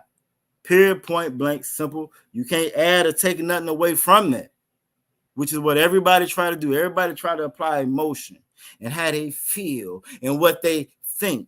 Most High don't give a damn about how you feel. Most High don't give a damn about what you thinking about. This is a book of the commandments of the Most High. While you suffering, you refuse to listen to the book of the commandments of the Most High. If you got children, you done told your children, do everything on this list. You can go to the Sakat. You can go to the prom. You can go out and chill with your friends. I extend your curfew. Your kids say, F the list. I'm not doing the list. But then when you bring that hammer down on, now the restrictions have got even more severe. Now I have less that they can do from before. They scratching their head wondering why. When all they got to do, Baruch chapter 4, verse 1, is realize this is the book of the commandments of the Most High and the law that endure forever. Christians lie every day. TD Jakes jumped there talking about swallowed. The law is swallowed up. He a swallowed lie. The law was never swallowed up. The law is still here. This is a book of the commandments of the Most High and the law that endureth forever. Any Christian pastor, any church just telling you that the laws are done away with is a goddamn lie. Period, point blank. I can't say it no more plainer than that. If I say it more plainer, they're going to be shutting down the channel like they always trying to do because they're always trying to suppress and keep the truth from coming out. The law never was done away with. You feel me? It was never done away with. And it's telling you right here. You feel me? This is the book of the commandments of the Most High, the law that endure forever. And all that keep thee, it shall come to life. But such as leave it shall die. When you look outside, we in survival mode and we are dying. While we're dying because we abandon this book of the commandments and we abandon this law that the Most High left for us. But we're going to keep moving on because I can teach a whole class just on this right here alone. Just on this right here alone, I can teach a whole class. So we're going to jump off of it. Otherwise, I mess around and get sidetracked and we're going to go a little bit longer than what we planning on. You feel me? But I brought that out just to show, again, that what we've been taught is to be disobedient children. You look at all our movies, all the TV shows, we want to be Scarface. You feel me? We want to be Beyonce, to the left. You feel me? You know what I'm saying? You must not know about me. You feel me? All this garbage that they've tossed and I'm taught and forced on our people, and we become a disobedient people to the Most High. Oh, in America's eyes, it may look good. It may look real good and tempting and appeasing in America's eyes. You feel me? To the other sisters, it's just as wicked and deviant as your behind is. But to the Most High, it's nothing but disobedience. The same disobedience that got the whole earth wiped out, except for 8 people. You feel me? That same disobedience. We got to get back to these laws, statutes, and commandments. So again, we showed those 2 precepts. Now we're gonna get back in Esther. We're gonna go. Gotta make sure we get through all the Esther. So let's get back to Esther. We gotta move a little fast. We got a little catching up to do. It's already 8:20. All right. So we went over again. He went to the wise man, right? For the wise man knew all that knew the law and the judgment. We gonna go down. We gonna skip down. Verse 15, right? Esther chapter 1, verse 15. It says, and what shall we do unto the queen Vashti according to the law, because she have not performed the commandment of the king of Assyrius by the chamberlains. So again, he didn't react off of emotion because she had embarrassed him. You feel me? He didn't jump off emotion. It wasn't off, okay, she done did what? I'm going to show her. It wasn't revenge or reaction or none of the above. All the things that they teach us to do. You look at all the movies we watch. We look at Scarface, you know what I'm saying? Brother, you know what I'm saying? live wire, murk, everything, do all the cocaine they got on the doggone table. You know what I'm saying? This is what we ascribe to be. You know what I'm saying? You look at what's another pop training day, right? The first time they actually the devils gave Denzel a pat on the head and said he did good. You feel me? Why? Because now he a cop that's going to abandon all the rules, all the law, all the order. I'm going to get mine by any means necessary. That same garbage that gets us unalive, you know what I'm saying, at the bottom of society every day. As long as we don't be the nation that the Most High called us to be, the other nations eat off of it. They eat off of it. They pass laws and legislation and policy off of it. They eat off of it. You know what I'm saying? Like Aqua from the Zamanah just said, snowfall. The same thing. When we abandon the welfare of other people, Bible calls selling drugs, doing drugs, witchcraft. He abandoned that, became the biggest damn warlock. You know what I'm saying? Devil and witchcraft, made a whole bunch of money. Then you look at the end of it. The oppressor passed how many laws? You got brothers in jail right now for the same shit that went down in the 80s behind the crack era. Brothers and sisters right now. How many brothers and sisters came up with no mother, no father? You feel me? How much money they made off of just that era. Just that era alone. You feel me? This is what happens when we abandon what the Most High calls for us, and we follow these other nations. You know what I'm saying? So she is absolutely correct. What else we got? All right, so we about to get ready to pick up right back in Esther. Before we pick up in Esther, I got to take care of something real quick. So real quick, for about 30 seconds, we're going to have about a 30-second interlude. Give me about 30 seconds, and I'll be right back. Salah. Israel, the Israelite School of Universal and Practical Knowledge, under commanding General Yohana, presents the Lord's 55th Annual Passover. That's right, the Lord's 55th Annual Passover is rapidly approaching. Commanding General Yohana is calling for all blacks, Hispanics, and Native Americans to remember what the Lord did for us by saving us from our oppressors and choosing us to be a special people unto him, the real Jews and Israelites. Passover will be held in Durham, North Carolina. Pay your Passover fee. Anyone 17 years of age or older must pay $200. Come and enjoy fresh lamb, unleavened bread, and the Spirit of Christ. Can't wait to see you all there, Israel. Shalom. Cabins on streets and corners, all is feeling righteous. Real particular, nobody else there to compare to. Train for war, men of war, and war like apparel. Prefer our leaders, can't get between us.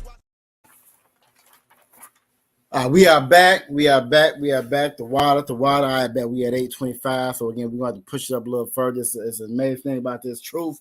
When you be craving that knowledge, wanting that knowledge, these stories that's been left for us in this Bible are so powerful. You feel me? It's so powerful. It's so much that you can pull out of it. You know what I'm saying? To apply, just like Issachar Power said, to apply. Application is the key. Apply to your life and truly be free. You know what I'm saying? From this oppression. So you know what I'm saying? Again, we're gonna try to get through everything. We might go a little bit over, but we're gonna try to make sure we hit everything. So it's the water for everybody sticking around with us. So we are back. We are back in Esther. We was talking about again how Vashti, you know what I'm saying, but she doesn't want to listen. This is the same spirit, same stuff that they teach us. You know what I'm saying? Our people will we find paths of success from being disobedient, being unruly, not having order, not having discipline. That's the opposite of what the Most High says. So when you going back in here, we get to verse 17, right? After he talked to these wise men, it says, "For the deed of the queen shall come abroad unto all women." The thing about disrespect, the thing about wickedness, that stuff is contagious. You feel what I'm saying? And these wise men knew that. They knew that with her being in the position in the role that she was as a queen, by her being disrespectful, by her not listening to what the king said on a wide scale. She didn't just not listen, but she did this in front of everybody. You feel me? They knew that this was going to be contagious to everybody, and how they knew how deadly, how detriment this could be to all of society. Something that we miss and goes right over our head. We see a Sexy Red, we see a Cardi B, we see a Beyonce. We don't see nothing wrong with it. They living their best life. YOLO. We don't see how that's going to bring the whole nation down. That's going to destroy the whole entire nation, because she said to the left, millions of homes is going to be broke up and destroyed.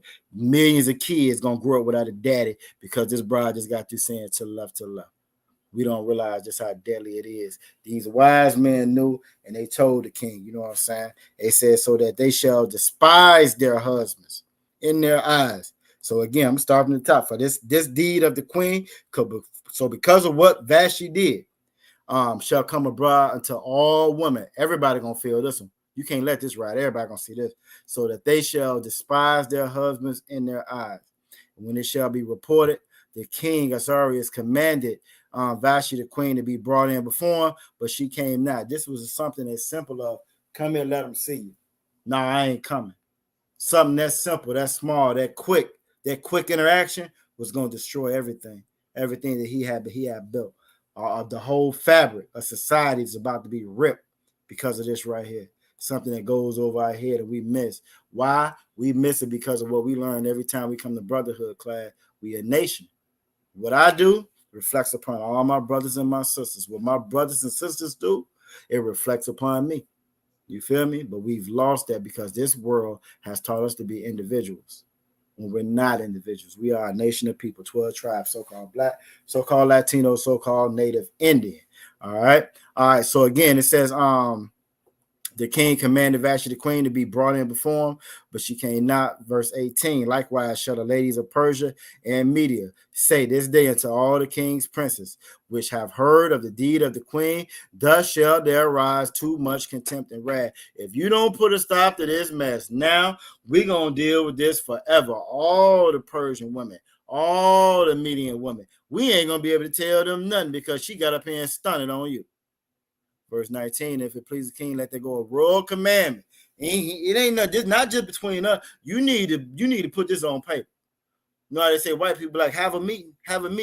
No, this is the meeting. You need to put this on paper and let it be written among the laws of the Persians and the Medes that it not be altered, that Vashti come no more before the king Ahasuerus, and let the king give a royal estate unto another that is better than she. Damn right, it's a copy. Damn right, come like we see today. You feel me? And what's so crazy, what's so heavy, and what's so deep in this right here? You feel me? The wise man knew that this was going to spread way further than what we can see right now. You need to write this down. You need to let everybody be known. How many of our brothers, you know what I'm saying? He done walked in, she with somebody else. You feel me? Instead of her having any kind of shame, she get up. Well, if you was any kind of man, I wouldn't have did. She done, you know what I'm saying? Show down, cut up the cock, you know what I'm saying? The whole down, and the dude buckle like some old shoes. You feel me? The king didn't do that in this sense because he went to the wise man. You feel me? Because he didn't go off his own emotion. He didn't go how he felt. He went to the wise man who knew the law and judgment, right? What we're supposed to be doing as a people. Even though these are heathen, this is a very important lesson that we're supposed to see in this. This is what we're supposed to do. We're supposed to go to the law and the judgment. What is that? That's this Bible. That's these scriptures. That's these laws, statutes, and commandments. Verse 20, and when the king's decree, which he shall make, shall be published throughout all the empire, for it is great, all the wives shall give to their husbands honor, both to great and small. What the other nations, the other heathens did was copy, mimic, pretend, be apostle. They took our stuff, made it theirs, made great nations off of it. What we do, our records that they took and copied and made their great nations off of, we take it and we give it away to everybody else. We take it and we say that's not us. We take it and say it's a fairy tale. We take it and say it's not real. We take it and say, no, we're commit. We from the commits. We from Egypt. We practice and do any and everything else except for the same power that they took and stole and copied and mimicked. We don't want to follow that. Even though right here in this scripture right here, why I highlighted this to show he did. He wasn't Israel. You feel me? He wasn't Israel, but they saw the power in it. the wisdom in that law and in that judgment. Same thing we should be doing to this day. All right, we're gonna go past this again. So the king, he gonna send letters to everybody, letting them know, you know what I'm saying, this ain't how you rock, so forth and so forth. We're gonna keep going. We're gonna go to verse 2. I'm just gonna scroll up, stay right here on this same joint.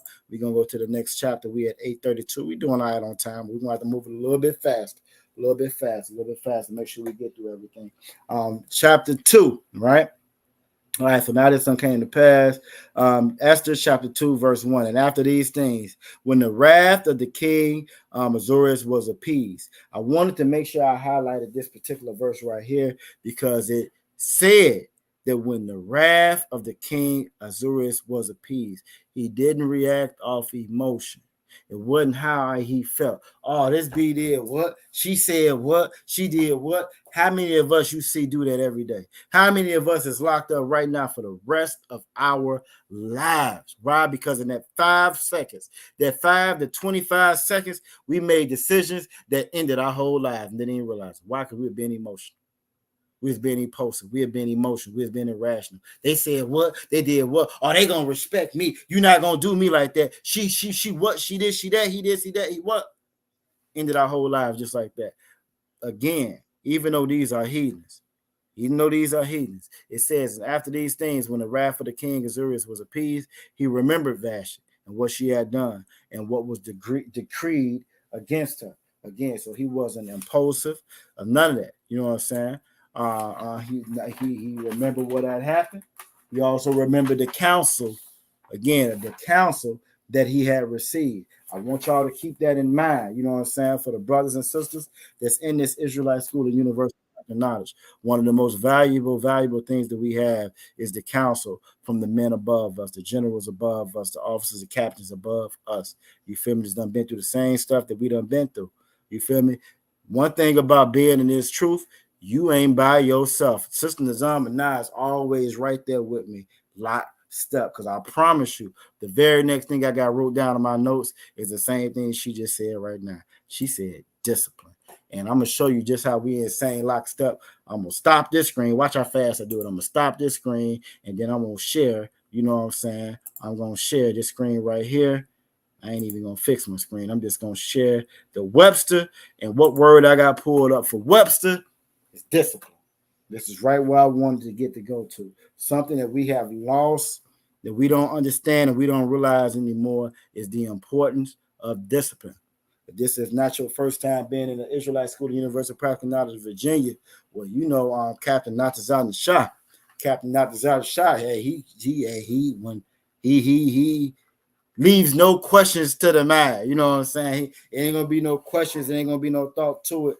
You're gonna know exactly what them words, them scriptures is talking about when he break those scriptures down. So many of our laws, statutes, and commandments, all of them really boil or center around discipline.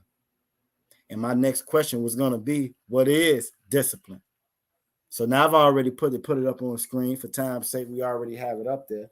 But in your own words, and just make sure everybody is still right there with me. In your own words, what do y'all think discipline is? Now, you got the cheat sheet on the screen. I ain't mad at you. Read the cheat sheet. If the teachers ever gave me a test and told me to grade my own test, I'm getting 100%. So what do y'all know now? What is discipline? You can give me a word or 2 words. I prefer one. What's discipline? Who can tell me what discipline is?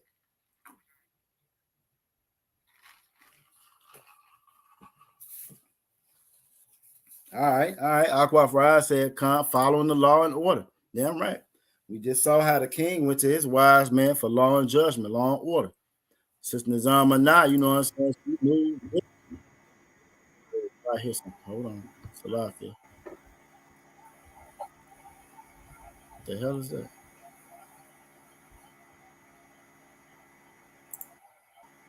Hold on. Oh, okay. My brother's in the room. That's what I hear. I thought I heard something. Where you at, bro? I don't see. Hold on. Let me get the screen right. There you go. Look. I thought I heard something in the back. There we go. Shalom. Y'all about y'all Rakatha. Y'all about Shabaraka. Officer Mataza Akara is in the building. Damn right. All right. It's good to see you, bro. You know what I'm saying? Now I hope that's a good sign. I hope there ain't no bad sign. You know what I'm Good to saying? see you too, brother. You know what I'm saying? I hope it ain't no bad sign. Absolutely not. You handling your business. Right. I wanted to get in where I could fit in. Go. I never forget, you know what I'm saying? I never forget Captain Ash told me, you know what I'm saying, when the first time, you know what I'm saying, the Most High blessed me with the approval, you know what I'm saying, to jump up on that stage and grab that mic. And Captain Ash said, don't feel bad, you know what I'm saying, when the men above you jump up here and be like, Salakia, let me get that. That means you're doing a good thing, you know what I'm saying? So Most High, Yeah, right. see you. Absolutely. But look, Aqua, Nizam and Nabi right on it. I swear I had it queued up, and before I said it, she said discipline. And then she said obedience. She said Most High in Christ. And again, this is what we are lacking as a people. This is what they teach us that we don't need as a people. The most undisciplined, the most unruly, the most vile, despicable, and wicked people of our nation. That's who they uphold and put on the pedestal. That's who they give all the money to. That's who they give all the accolades to. You feel me? Not realizing we're being programmed to follow them and not follow this Bible. You know what I'm saying? So the sister's absolutely correct. And as a result of that, they capitalize off of that because they monetize all that wickedness. They monetize you being a whore. They monetize you being a whoremonger. They monetize you selling drugs because even though you selling drugs and think you doing it, right? You running the block. Right, but then when they lock you up, the DA get paid, prosecutor get paid, the judge get paid, the bailiff get paid, the CO get paid. You the one that's serving the goddamn lunch, and just she getting paid. You got municipalities, whole counties that live off just us got being locked up.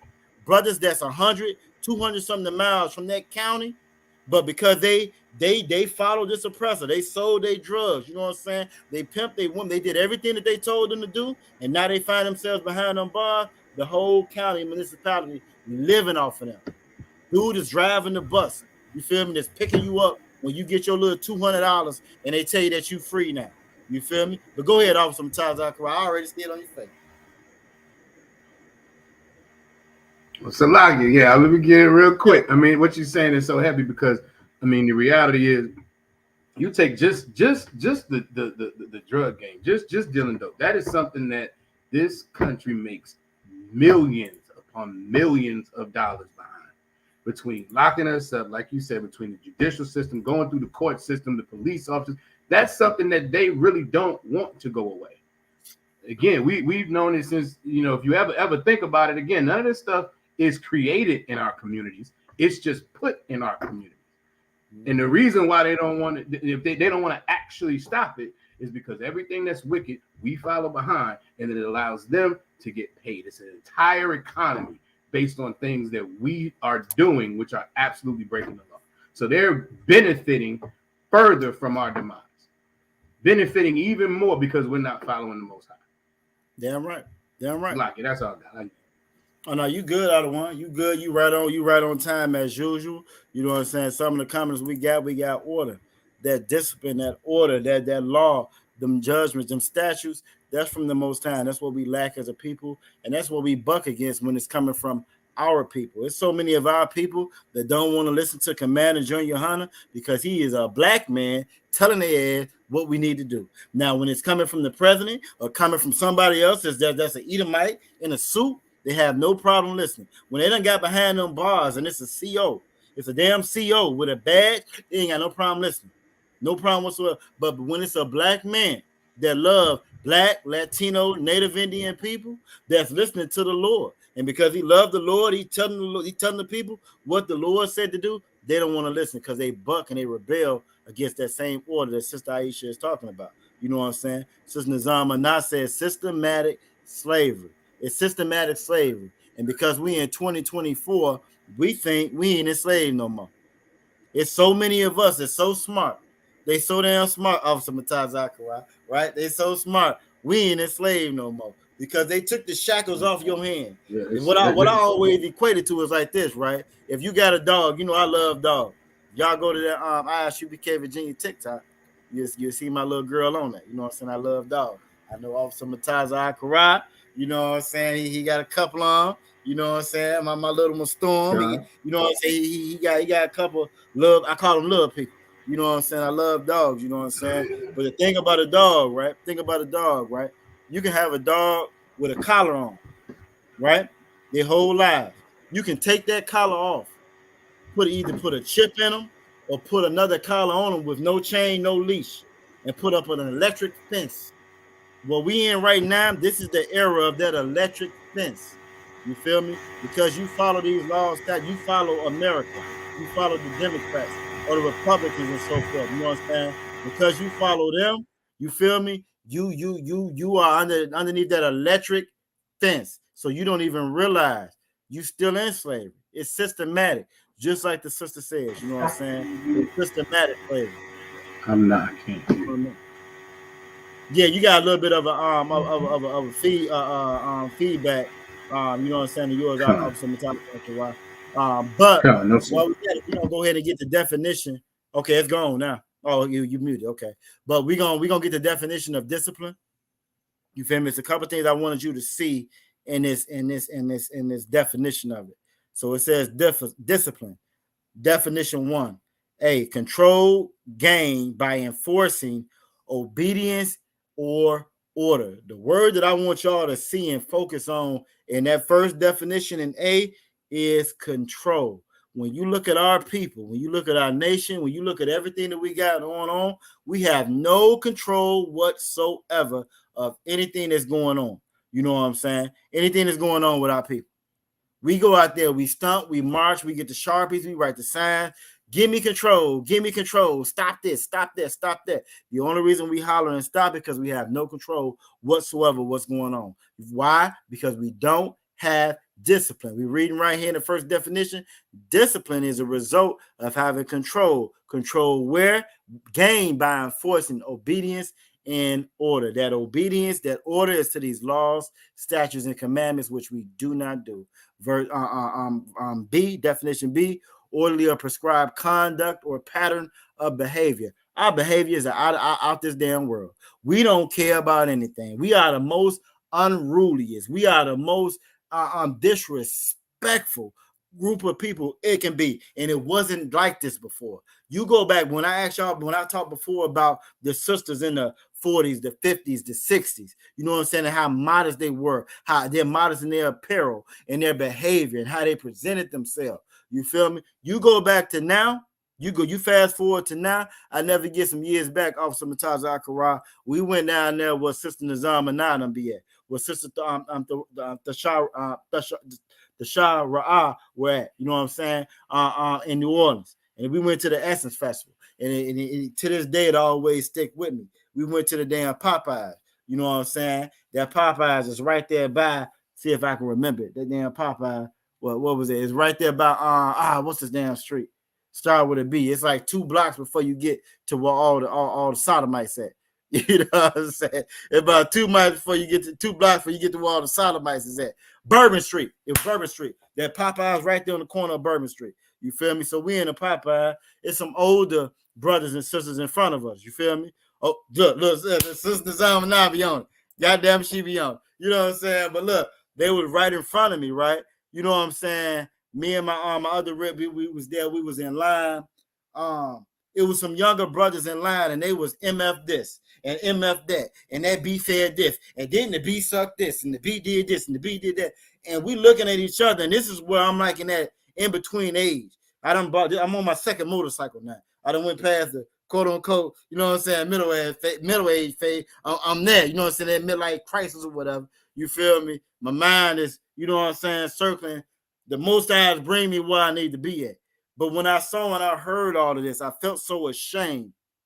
You feel me? I felt so ashamed for them to be conducting themselves in the behavior, the pattern of behavior, like I saw with these elderly people right here in this same line. And this line, if you don't know nothing about the Essence Festival, right?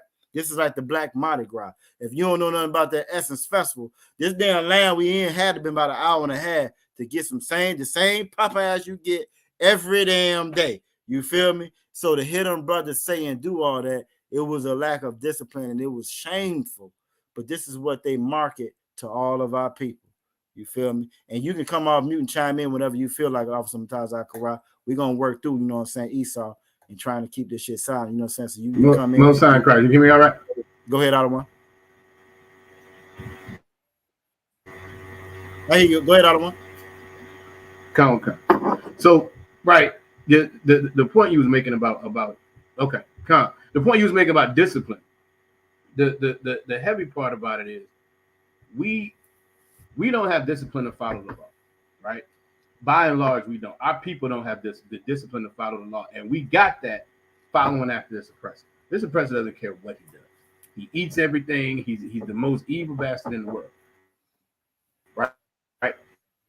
He scams. He tries to take advantage of everybody on the planet, and then we follow behind that. We follow behind that, being just as wicked. We've been just as wicked, and then he took the fathers out of the home. So now there's nobody to discipline, not necessarily that personal discipline that you're supposed to have, but that discipline you're supposed to get when you don't do what your father tells you. We don't have that in our homes anymore, and all of this just gets us right. Further and further. And that get right, exactly. That straightening. All of that gets us further and further away from the Most High, and then we wonder why we are in these conditions. We wonder why our communities are destroyed. We wonder why our health is destroyed. We wonder why we're the most incarcerated, so that they just looped us right back into slavery. As the sister said earlier, all of this is systematic, it's purposeful, and it's on purpose. He absolutely did it to oppress us, and we don't see it. And then we don't listen to the men of the Lord when we are told to come back to the law, statutes, and commandments. Because going back to this discipline, in order to be a man of the Lord, you have to have discipline. There's no way to do it without it. So you have to be able to then rein yourself in. Have to be able to say, okay, I'm not going to eat this pork. I'm not going to eat this shrimp and this crab. I'm not going to celebrate Thanksgiving and Christmas and all of these things that are so carnal that our bodies lust after, that we just lust after because it's so much quote unquote fun that we've come up in it. So then we're selfish because so we want to get gifts. We want to get that. We do all of these things because of a lack of discipline. And that's the thing. That's one of the largest things that can bring us back to the Most High. Just being a damn adult and telling yourself no every once in a while. That's not damn right. Look, Most High in Christ. The Most High in Christ, you are absolutely on it. You know what I'm saying? I can already see now. We're gonna go a couple minutes over tonight, goddamn. Look, we're gonna go over a couple minutes over the night. You feel me? Because again, this is such a heavy time of remembrance, and it's so pertinent to what's going on. Everything that you said, everything the sister was bringing out. I was looking at some of the comments coming in. You know what I'm saying? We're talking about discipline. Akwaf Ra'aya, you know what I'm saying? Said Esther honored the control the king had to her advantage. You feel me? And even that right there is such a heavy thing. Because when you reading this, you know what I'm saying? Queens wasn't part of our culture, but it was part of their culture. You feel me? You know what I'm saying? Another thing that was part of our culture, your husband, you're going to have to bow down to your husband. You feel me? Now, again, we got sisters that may come into the school that may have a heathen husband. If he's telling you to eat bacon, eat shrimp, eat lobster, eat crab, you know what I'm saying? Don't listen to the men of the Most High. You feel me? If he's telling you to break the laws, no, don't listen to that. You feel me? But anything outside of that, that's the husband that you chose. We don't tell our brothers or our sisters to sin, you know what I'm saying, in order to serve the Most High, because that's not the Most High, and that's not biblical. And we don't do anything that's not biblical. So she is absolutely correct in that. But that discipline, Akwaf Nizam Anah said the respect for that man, didn't question him at all, and was obedient. Not only was Esther obedient to that king, Esther was obedient to who raised her. You feel me? She was obedient to her father's uncle. And I had wanted to, you know what I'm saying, make sure I highlighted that. You feel me? We're going to hit that. That's in chapter 2. I think we're in chapter 2 now, but that was in chapter 2, you know what I'm saying, verse 15. The fact that, we in chapter 2, but the fact that wasn't like an immediate family member. It wasn't, you know what I'm saying, okay, bad. My brother passed, it was his brother. No, this was her brother, her father's uncle. That's just how deep, how surreal, you know what I'm saying, how important our law is. Our law supersedes all of that. It don't matter if it's your uncle, your uncle's uncle, granddaddy, uncle, whatever. It didn't matter because that's just how strong, how prevalent, you know what I'm saying, how serious our law was. And because he taught her what he had been taught, you feel me? That passed down and that saved everybody. And that's why I said we're gonna go a little bit over tonight, because I gotta get to that last point right there, because of her obedience, because of her discipline that we got on screen right now, because of that discipline, it saved everybody. Last thing I want to pull up and I want to read, I want to make sure I get everybody comments, because you know we always love and appreciate all of y'all comments. So we got to make sure we hit all of those, and they be important because they be in the spirit. You know what I'm saying? She had control of the king. Esther honored the control the king had to her advantage. Akwaf Nizam and I said the respect for that man, didn't question him at all, was obedient. Then right, something that's lost upon our sisters. Truth be told, our sisters and our brothers, because our sisters raised so many of our brothers without a mother or without a father in a home, this pay gets passed on to them as well. So they don't have that respect for anybody. And that's such a dangerous thing for a young man, not to respect anything. And I was one of those young men. When you were young, that don't respect nothing, you feel me? You gonna follow somebody.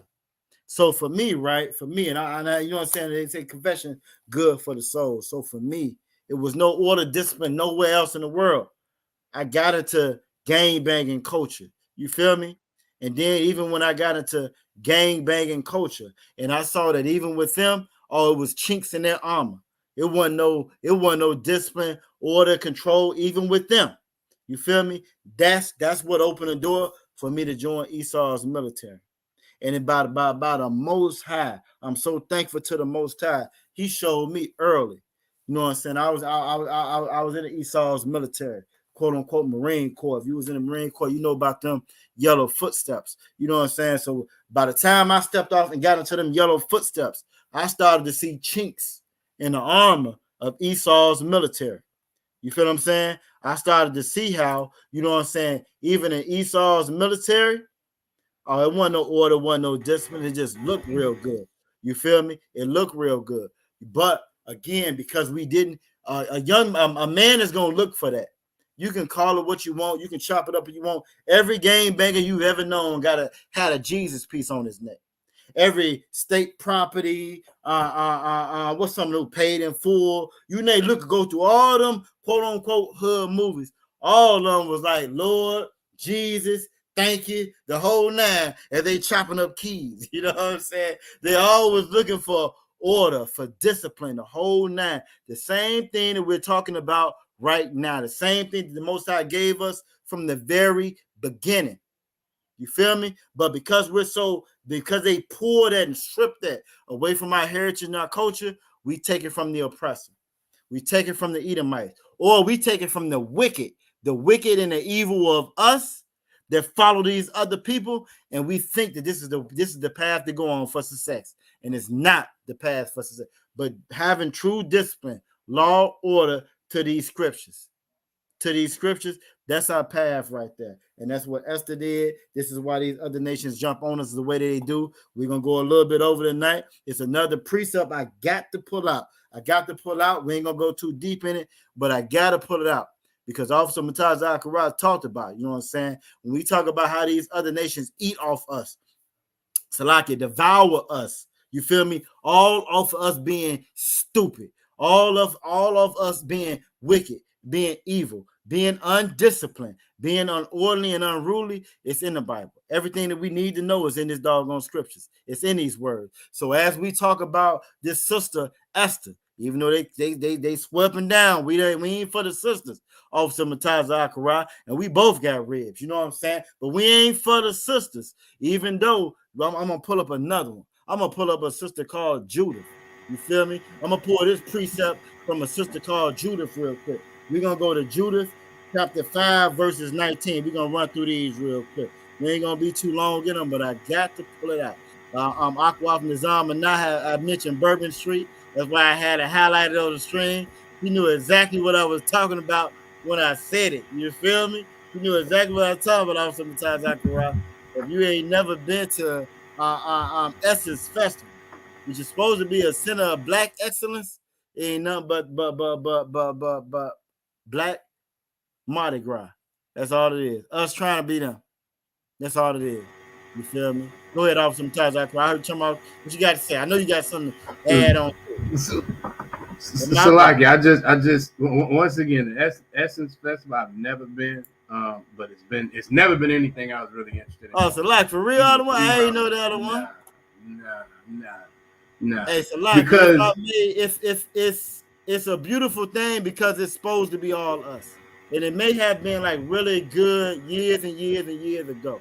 You feel me? As time went on, maybe post Katrina, all of that, you know what I'm saying? I think at one point in time they were doing it in Houston, then it changed.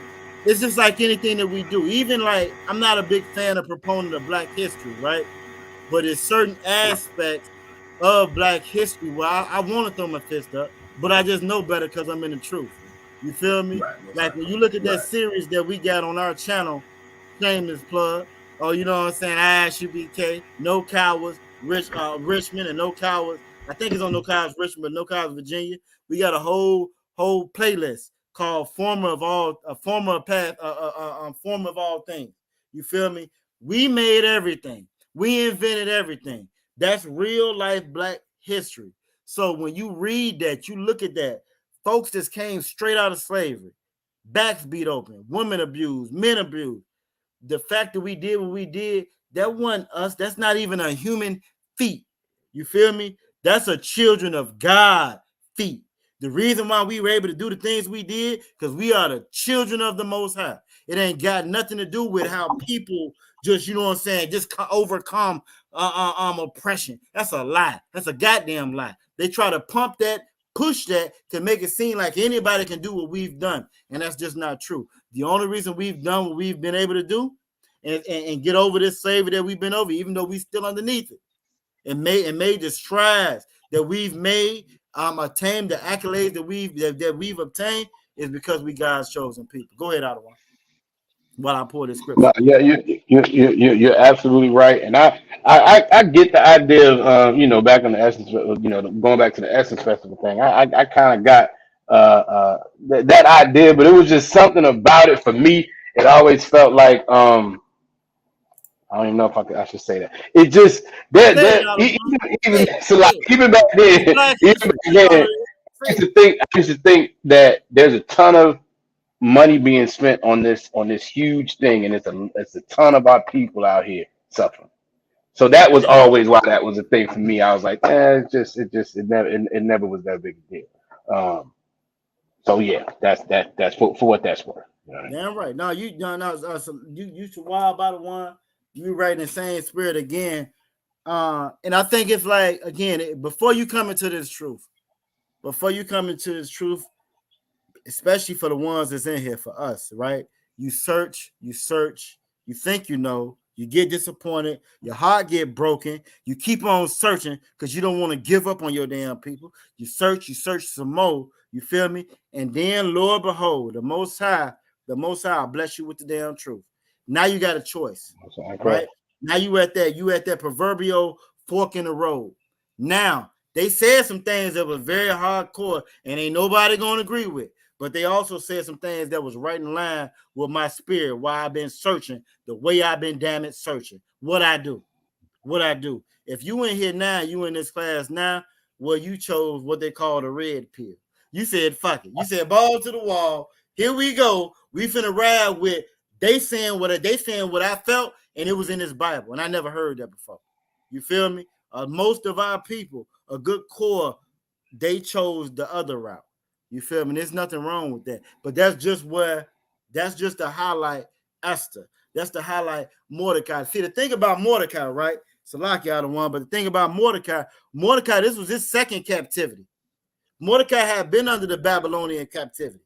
This was the captivity under the Elamites here, the dot heads, where we get weed from. Everybody hollering Bob Marley, who ain't nothing but a damn Edomite, that chocolate Edomite that look like us. Everybody hollering Bob Marley, but that's where we get weed from. And we get the nasty, stinking dreadlocks from. The only reason why we rock locks the way we rock locks now is because niggas started rocking locks. Before that, they was nasty and matted up, and they hadn't combed them or touched them for 4, 5, 10, 15 years. It's an Elamite out of one. He done had his hands up like this for the last 15, 20 years, if I'm not mistaken.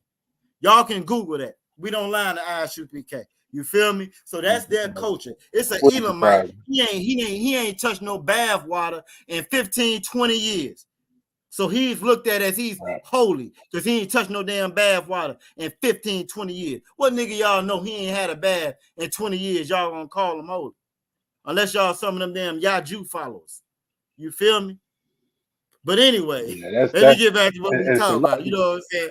Go ahead, I was gonna say we do need to get back to Esther, but Salakia, to that point, the dreadlocks, the smoking and weed, all that has to do with the Elamites' worship of their god Shiva.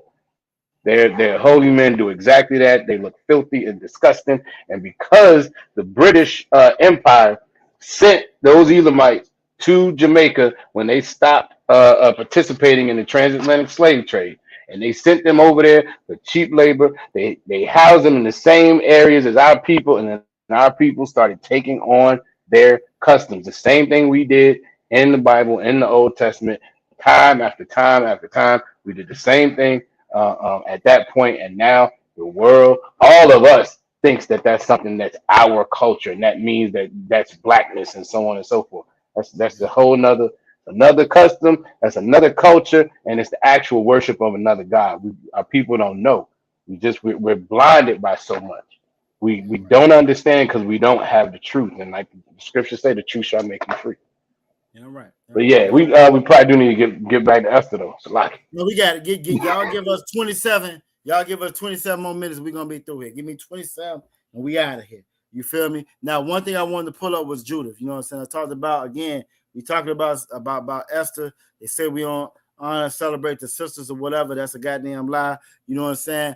We don't celebrate the brothers that was in wickedness. You feel me? We remember them for their wickedness, but it ain't no celebration. It ain't no time of remembrance. Everybody know Judas because he was a sellout. He was a snitch. He sold out his own doggone people. You feel me? And that's what he'll always be remembered for. Esther didn't do that. I'm going to talk about another sister. This sister's named Judith. And this goes right back to what we were saying before when we were talking about discipline. This is Judith chapter 5, verse 19. But now are they returned to their God. You feel me? Their power. This is the heathens talking about us. But now they return back to their power and come up from the places where they were scattered. Everybody knew what happened to us except for us. We don't know now. We knew then. We have no idea now. We got scattered all abroad, all over the earth, where they were scattered and have possessed Jerusalem. Everybody possessed us. Why? Because we disobeyed the Most High, where their sanctuary is. We are the sanctuary. Never think that it's just that land. Israel and Gaza fighting over your land right now. If you so-called black, so-called Latino, so-called Native Indian, they over there fighting right now. World War III has began over your land, over your inheritance, what the Most High left for you, and that's what he's referring to right here, where their sanctuary is, and are seated into the hill country, for it was desolate. Important part right here in verse 20. In verse 20, it said, now therefore, my Lord and governor, he's talking to his people, right? If there be any error in this people, if these people have any kind of an error and they sin against their power, this is why we at the bottom of society. This is why addiction plagues our neighborhoods. This is why poverty plagues our neighborhood. This is why we celebrate and uphold these damn people. We don't have a pot to piss in, but they have kingdoms that they reign and live in right over top of us. Why right here? Because we sinned against our God, and the other nations knew that. It says that, and they sin against their God, let us consider that this should be their ruin. They can't touch you. They can't touch us as a nation until we stop following these laws, statutes, and commandments. Period, point blank. And that's in captivity. We were in captivity in these scriptures right here. In captivity.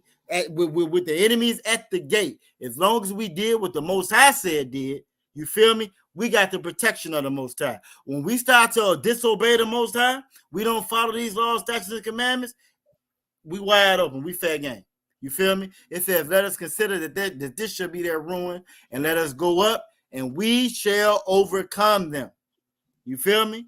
Verse 21, but if there be no iniquity in their nation, let my Lord now pass thee, lest their Lord defend them. He's telling them, look, if they ain't doing nothing wrong, if they listen to what their Lord say do, leave them damn people alone. Don't mess with them people. And their God be for them. And we become a reproach for the world. The whole earth knew that if we listen to him, obey the Most High was going to protect us from the whole earth, the whole world. You can go ahead and jump on that out of one, but I'm about to go ahead and drop this precept and get this other. If you got it, absolutely, and that again, that's so heavy because what we don't realize is that we don't know who we are. We don't know who we are. These other nations know who we are. These other nations absolutely know who we are. And again, this is another nation realizing that as long as we're following the law, statutes, and commandments like we're supposed to, you can't touch us. You're going to lose. You're going to come up against the Most High, and it's not going to work. But because we don't know that, we're destroyed. I mean, he gave that person gave the blueprint to absolutely destroy us. And we're seeing it happen over and over and over again, which is why we, again, all the time, as we said, we got to wake up and come back to these law, statutes, and commandments. So that type of thing can actually play out now. So we can have that protection now. So the Most High can come and destroy all these nations now. That's it. I yield. Damn right. No, Most High Christ. You know what I'm saying? You are absolutely correct. Again, this is what we don't realize we sleep on. And speaking of us being sleep on, well, the king couldn't sleep. We're gonna jump right to Esther chapter 6, verse 1. The king couldn't sleep. You feel me? It says Esther chapter 6, verse 1. On that night, could not the king sleep, and he commanded to bring the book of records of the chronicles that they were read before the king. So if we go back to what Officer Rashomon dropped, you know what I'm saying, last night, you feel me? Right after Esther was doing exactly what her father's uncle told her to do. You feel me? He told her to get yourself right. You do what you're supposed to do. You follow these laws, statutes, and commandments. Right after that, he heard two of the, you know what I'm saying, chamberlains of the king plotting on the king, right? So after he heard that, he done already told Esther to behave. Esther is not a damn queen. That's that when them Christians always hollering about won't he do it. This is a perfect example, a story of won't he damn do it. Not that hyperbole, not that garbage that they speak, but real life application. Real life application, like Issachar Power said. When you follow the Most High, this is real life application of it. She listened to her uncle, right? Her great uncle, right? She listened. Now she the queen. The uncle, Mordecai hear some shit. Or Mordecai hear that, hey, they plotting on the king. You feel me? By knowing these laws, statutes, and commandments, we know that if it's a Trump, a Biden, or whoever it is, the Most High put him where he put him at. It ain't got nothing to do with the power of these Edomites. It ain't got nothing to do with the power of these heathens. The Most High put him in the position that he's in. You feel me? Your job is to be an Israelite. Your job is to follow these laws, statutes, and commandments. You ain't got to worry about nothing else. The Lord made it easy for you. You be an Israelite. You be honorable. When nobody in the world is honorable, you be honorable. The Most High gonna work everything else out. You feel me? That's that one he do. When he grabbed the wheel. Yeah, you be what he told you to be, he will grab the goddamn wheel. You feel me? But that all is predicated upon discipline, like the sisters brought out. Order, like the sisters brought out. You feel me? Respect, like the sisters brought out. And honor, like the sisters brought out. You know what I'm saying? Here tonight. If you can do that, the Most High take care of the rest of it. It ain't magic. But you do got to do your damn part. You feel me? You do have to do your part. So again, it says on that night he couldn't sleep. He commanded that the book of records be brought there, and they were read before the king. Verse 2, and it was found that when Mordecai had told Bigthana and Theresh, two of the king's chamberlains, the keepers of the door, who sought to lay hands on the king. And verse 3, and the king said, what honor and dignity had done to Mordecai for this? Mordecai didn't ask for nothing. He wasn't asking for no fame, for no fortune. Well, you know I'm the one that looked out for you. You feel me? He didn't do none of that. What he did was his niece, his great grandniece, or whatever they call it, was the queen now. I'm gonna give her a little something to put in her ear to make sure she's straight. Why? Because I taught her the truth, the law, statutes, and commandments. If she know that, she gonna make sure that everybody else is straight. You feel me? So he told her, hey, by the way, just so happened, I heard 2 of these niggas plotting on. You let the king know that. He didn't ask for nothing in return. He didn't say make sure my house is bigger. He didn't say make sure I got more food than the rest of the Israelites. He didn't say bling bling like that garbage that our doggone folks get in front of us and tell us. He didn't say none of that. What he said was, hey, you take that and you get that to the king. And she did exactly what she was instructed to do. Not what our sisters do now today. You can't tell me this. You can't tell me that. I'm the queen. How you gonna tell me? I was pretty. He liked me. I was beautiful. He liked me. I smelled good. He liked me. She didn't do none of that. She did exactly what she had been taught and instructed to do. She was a good Israelite. She was a princess of the daughter of Zion. As opposed to her being a damn queen of this heathen, she chose to be a princess of the daughter of Zion. Okay, uncle, what else? I got you. No problem. Let's go. I got you, no problem. Let's go. Bet. So, and you can stop me at any time, Officer Mataza. I was going to say, Salagi, if I could. Go ahead, Officer Mataza. What you're getting at is one of the things that our sisters in the world just don't realize, what our sisters in here do. The woman, the Black, Latino, and Native, so-called Black, Latino, and Native American women is powerful. She is powerful if her powers are used correctly. That's the thing that our sisters in the world have completely lost. We have completely lost they have completely lost the idea that being soft-spoken, being meek, being humble, presenting yourself in a certain way, those things are powerful. They are powerful. If you have a righteous man and you present yourself as a righteous woman, there is nothing that man will not do. As long as it's within the law, there's damn near nothing you will not get a man to do if you present yourself correctly. But our sisters in the world don't understand that. The feminist movement destroyed that. The feminist movement destroyed that, and it made our sisters believe that they don't need a man and they can be anything they can be. I think Sister Nazamana referenced dragons earlier in the class. Our sisters in the world are convinced that they can be the biggest 304s and as promiscuous as they want to be and absolute dragons, but yet they're supposed to still have this worth that comes from nowhere. It's just bestowed upon them from I don't know from where, because they're definitely not following the Most High. So it's the thing that has been completely lost by our sisters. And this sister Esther realized that.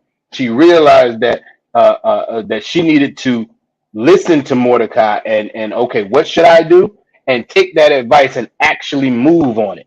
These are things that our sisters in the world don't want to listen to.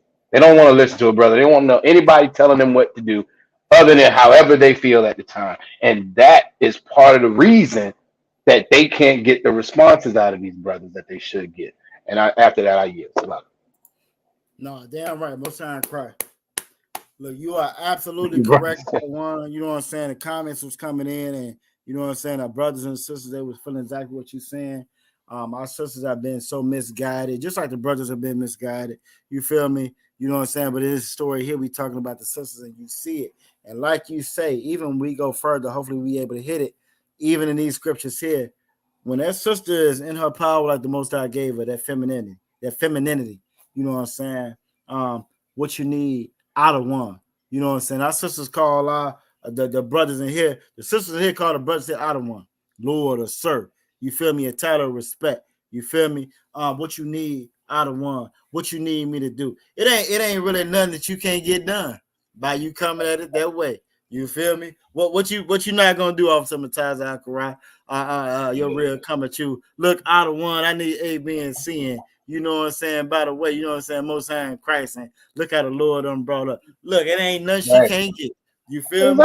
Exactly. And that's where the woman's power is. It's not in, as the brother said, you not my daddy, and it's not that I can do what I want. Women thou art loosed, and I'm my own woman, and I don't need anybody, and I'm independent. Your power, none of your power lies in that stuff. No. None of it.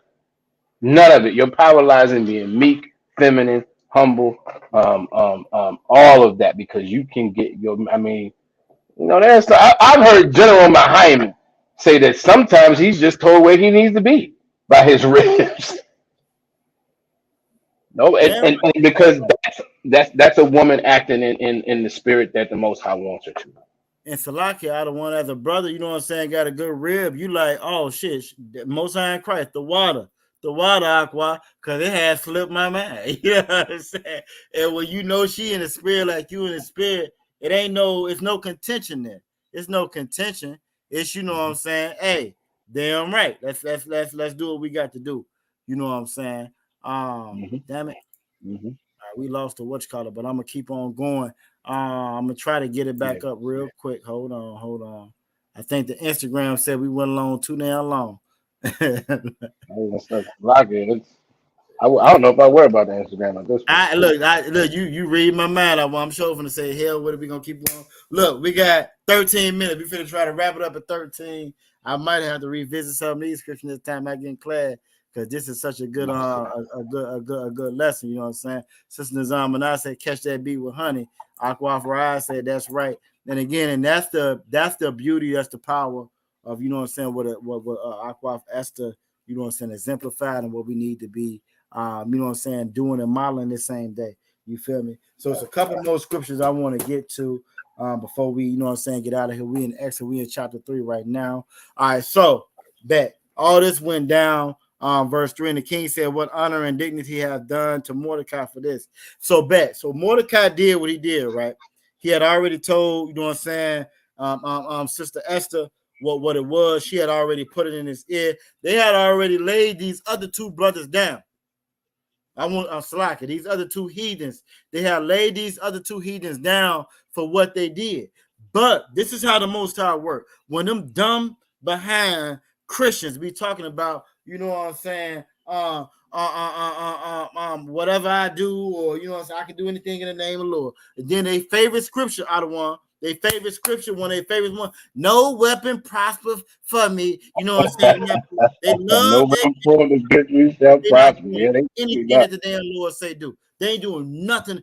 Esther did exactly what the Lord said do. Mordecai did exactly what the Lord said do. You feel me? So because they did that, this is a real life application, like Issachar Power said, of that scripture right here. Esther and Mordecai actually did this. You feel me? So even though them other two brothers had already been laid down, the Lord brought it back upon his mind. Hey, hold on. You remember that time when that when I got that word that it was two brothers trying to do me in? Now we took care of them two brothers trying to do me in. What about the person that said that, who told me about it? What he asked for? So as you go through 3, you go through 4, he asking, okay, what did he ask for? You feel me? What did he ask for? His people let him know he didn't ask for anything. The king is like, hold on. He asked for nothing. Well, we got to make sure we do something for him.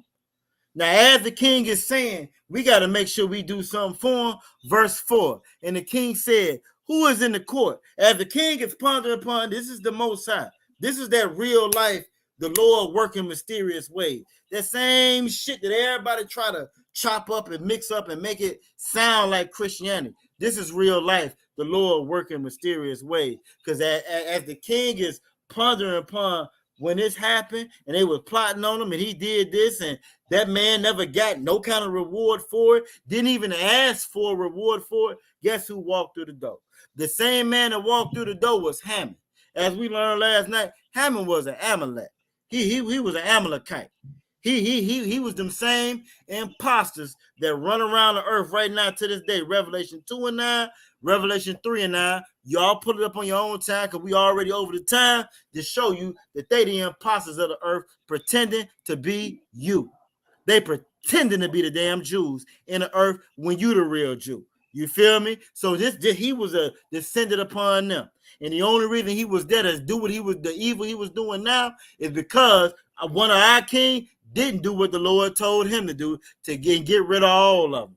So he was the descendant of them. You feel me? So now Haman coming through the door. It says, so now Haman was coming to the outward court of the king's house to speak unto the king. Haman don't get. Haman done already cast lots, which is what's called Pur, which is why we have Purim, right? Haman done already cast lots to say on this month, this day, this time, we finna slay all the Jews. That's what Haman did. You feel me? On this day, this time, this lot, this, we finna slay all the Jews. This is why we had the feast of Purim, from Pur, from lots. You feel what I'm saying? All right. And I'm just putting it out there because we are over time and we got 9 minutes to get through it out of one. You feel me? Go ahead. Keep walking. So now he was coming to the outward court of the king's house. He coming to speak to more. He coming to tell the king, we about to hang this nigga Mordecai on the gallows. Because this nigga Mordecai, look, I told all the Jews do it. He saw me out there. He wouldn't even bow down. Same way how when you at your job, you at your damn slavery. These Edomites done stole and stripped everything from you. They took everything from you.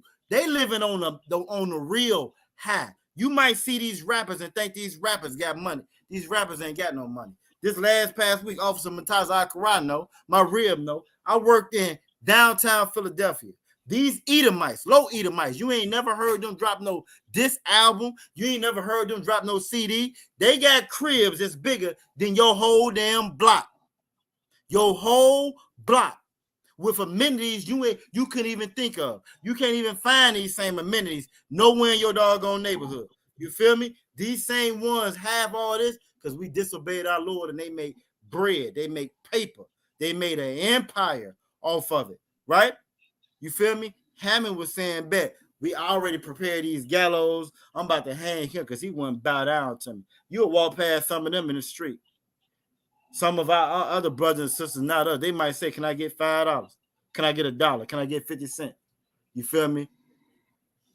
They might say, can I get 50 cents? Can I get this? Can I get that? You feel me? What they do, they look down on them. They hope the police roll up and beat them down and unalive them. Why? Because they done disrupted their stride. They disrupted their stride when they got everything. Everything. That's how Haman was. Haman said, what? He didn't bow? Even though Haman knew. Haman was a descendant of the Agags, of King Agag, right? They attacked us from the behind, from the rear, with all the women, all the sickly. That's where they were at. They attacked and they unalived them. What honor is that in that? You feel me? But they had honor in it because that's the type of people that they are. You feel me? That's what they did. So Mordecai remembered that and he wouldn't bow down to him. But because he wouldn't bow down to him, Haman went on this long term. He had built gallows. The gallows was 75 feet in the sky. That's like 77 stories. He built gallows where they hang folk. 7 stories in the sky. You feel me? Just for him. And he came in to tell the king, hey, we finna do this and do that. But at the same time, the Most High had already put it on the king in a dream. Put it on the king and, hey, I remember this. I remember that. So as he came in, you jump in anytime, Officer Mataza Akarano. You rocking. Go ahead. So the king's servant said, behold, Haman standeth in the court. And the king said, let him come in. Come on in, bro. What you got? So Haman came in. And before he can get started, the king said unto him, what should be done unto the man who the king delighteth to honor? So before Haman can even get started, right? Haman coming in there talking about, hey, I want to do this to these people. I want to do that to these people. I done built the gallows at 75 feet, 7 stories in the air. You don't take that much to hang a man. You feel me, Officer Mataza Akarano? It don't take that much. But he built one that was 7 stories in the air. You feel me? Bet he come there. But what he gonna do? The king like, hold on before you get started. What should I do for a man that I delighteth to honor? You feel me? Now Haman thought in his heart, this is the Most High. This is their real life application. It's a called power. This is their real life application of the Lord working mysterious ways. You feel me? This is the real life application of it. This is their real life application of I can do all things through the Most High. This is it right here. You feel me? And Haman answered because he thinking they talking about him. You know what I'm saying? He's selfish. He's greedy all the one. He think he talking about him. Right. Let the royal apparel be brought which the king used. Put your own garments on, king. And the horse that the king ride upon, let him ride on your horse. And the crown royal which is set upon, put the crown on his head. Because he think you're talking about him. Right. You can't make this up out of what, you know what I'm Right. saying? He said, Right. put the crown on his head. Verse 9, and let this apparel on the horse be delivered to the hand of one of the king's most noble princes, that they may array withal from whom delight the king honor, and bring him on horseback through the street. So again, all this that he's saying, he think it's coming to him, but really it's going to Mordecai. Mm-hmm. I want to jump on that for 2 seconds for me, and I'll be right back. Then we're gonna end it No about sweat. No sweat. And the thing that we got to remember about this is, you know, this is how a lot of people are. Because going back a couple of scriptures, I don't think I can control it. No sweat. Going back a couple of scriptures though, he thought to himself, that was in verse 6. At the end of verse 6, it says, now Haman thought in his heart, to whom would the king delight to do honor more than myself? So again, because he thought so highly of himself, oh, well, you need to do all of these wonderful things. You need to do all of these wonderful things. And then when you jump to, when we go back to where we just were, going to verse 10, it says, then the king said to Haman, make haste and take the apparel and the horse that thou hast said, and do even so to Mordecai the Jew. So he took everything he said. You know what? Those are all great ideas. Now go give it all to Mordecai. Now that's a jaw drop moment right there. That's a jaw drop moment right there, because this cat just knew it was all coming to him. And not only is it not going to you, it's going to somebody that you absolutely despise. It's going to somebody that you absolutely despise. That's the Most High. When Officer Yagada was talking about that won't he do it, and there's no weapon formed against me and all that. This is the Most High. This is the Most High saying, no sweat. You want to unalive my people? I got something for you. I got something for you. They following the law too? I got something for you. Go ahead. Say everything that you want. Now go over there and give it to my child. Most High in Christ. You back? I'm back out of one. Go ahead. Take it back on. Good night. You know what I'm saying? Look, as usual, to form. You know what I'm saying? I don't know how we're going to title the class for next week, but it's going to have a little bit of Esther in it. You know what I'm saying? Most High in Christ. Damn right. Oh, Salaki, what's that? Good class. You know what I'm saying? Like I said, there's so much in this story to bring out. You feel me? You did it. Salaki, Yagada. Go ahead, out of one. Brother, it's a cop power. He says better than a reality show. You can't make this up. Exactly. And here's the deal. This is why that's such a powerful statement, right? The world thinks that the Bible is made up fairy tales. This is actual records. This is real life. These things happen. That's why when he says you can't make this stuff up, you're right. But that's what reality is. It's not made up. It's actual reality. It's things that happen. It's things that took place. This is something that we have to understand, because this is the Bible is not a religion. It's a culture. It's rules and laws of a culture of people, and it's the history of a people. So he's absolutely right. And Sister Eyes says like a soap opera, right? It's because that's our life. That's just life. So when these things play out, there's so much. It's so much more than the Christian church paints it out to be. It's so much more than I can do things, all things through Christ who strengthens me. Which is absolutely true. But they're coming at it from this religious, pagan belief system that has nothing to do with the Bible. The Bible is a culture for a people. You are so-called Black, Latino, and Native American. This is your book. This is your history. This is your culture. But it's real life, and that's why you're absolutely right. You can't make it up. It's like a soap opera, but that's what we live. Damn right. Damn right. Look, we at 9:30. We're gonna hit 2 more scriptures and we out of here. I'm definitely gonna pull up, you know what I'm saying, what we didn't hit tonight. You know what I'm saying? In our next class, I'll merge it in, make it sound good some kind of way. The water to everybody that joined in tonight.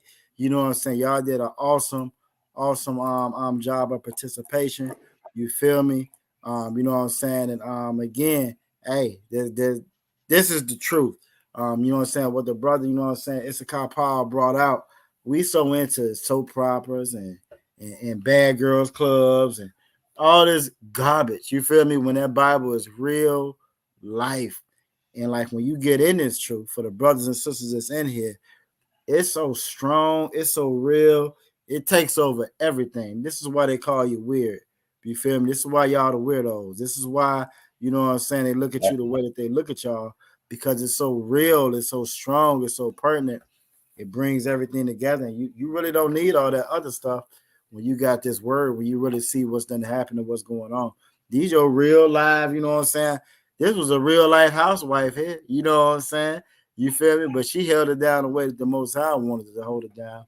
And then you see what she got as a result of it. So what we going to do, again, we're going to kind of fast forward a little bit to go ahead and wrap it on out.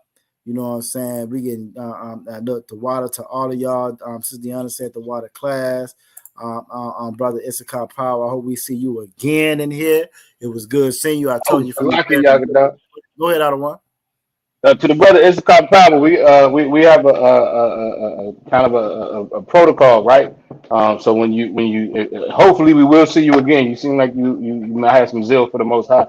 When you check in, just make sure you check in with your name, city, and state. All right. Damn right. Most High Christ. Most High Christ. That same order, discipline we talking about, same thing he talking about. You know what I'm saying? So we know who you are. You get credit, and you know what I'm saying. Shit, hey.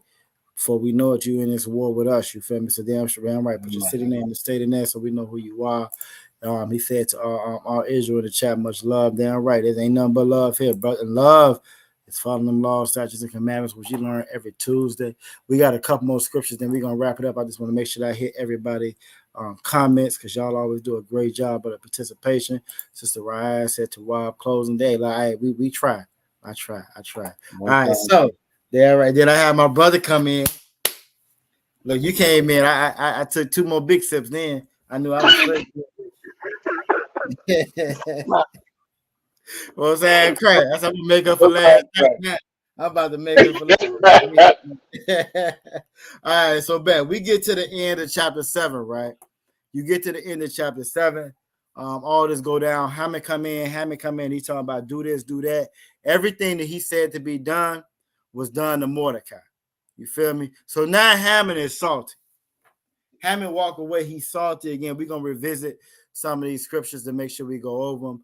But Hammond is salty at this point. He go back and he started talking to his people.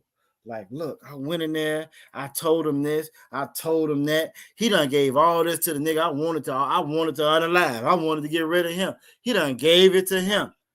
And his people was feeling him to a certain extent. Then his people ask him that question. They asked him that magical question, out of one. You feel me? Well, who you talking about? Mm-hmm. And he messed around and told his people, well, the brother I'm talking about is a Jew. And you know what his people said when he said that? And again, we're going to revisit these scriptures. Because when he told his people, matter of fact, I think it's in verse 13.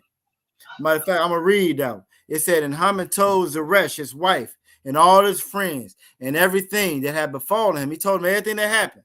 Then said his wise men, even he had some wise men. Again, this whole thing of doing your own thing, you need to strap up, let's go get them.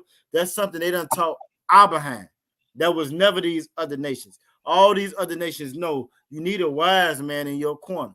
We the only ones that don't think. All we think is you need a shooter. You know what I'm saying? A shooter and a hit in the corner, we good to go. These other nations knew you needed a wise man. And the Lord told us before they knew. He told us before they knew that you needed a wise man. Deuteronomy 4:6.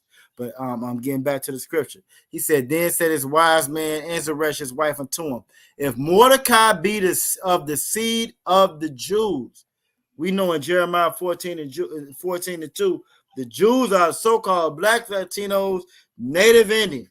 Period, point blank. Amos 3:1. I can go through you scripture after scripture after scripture.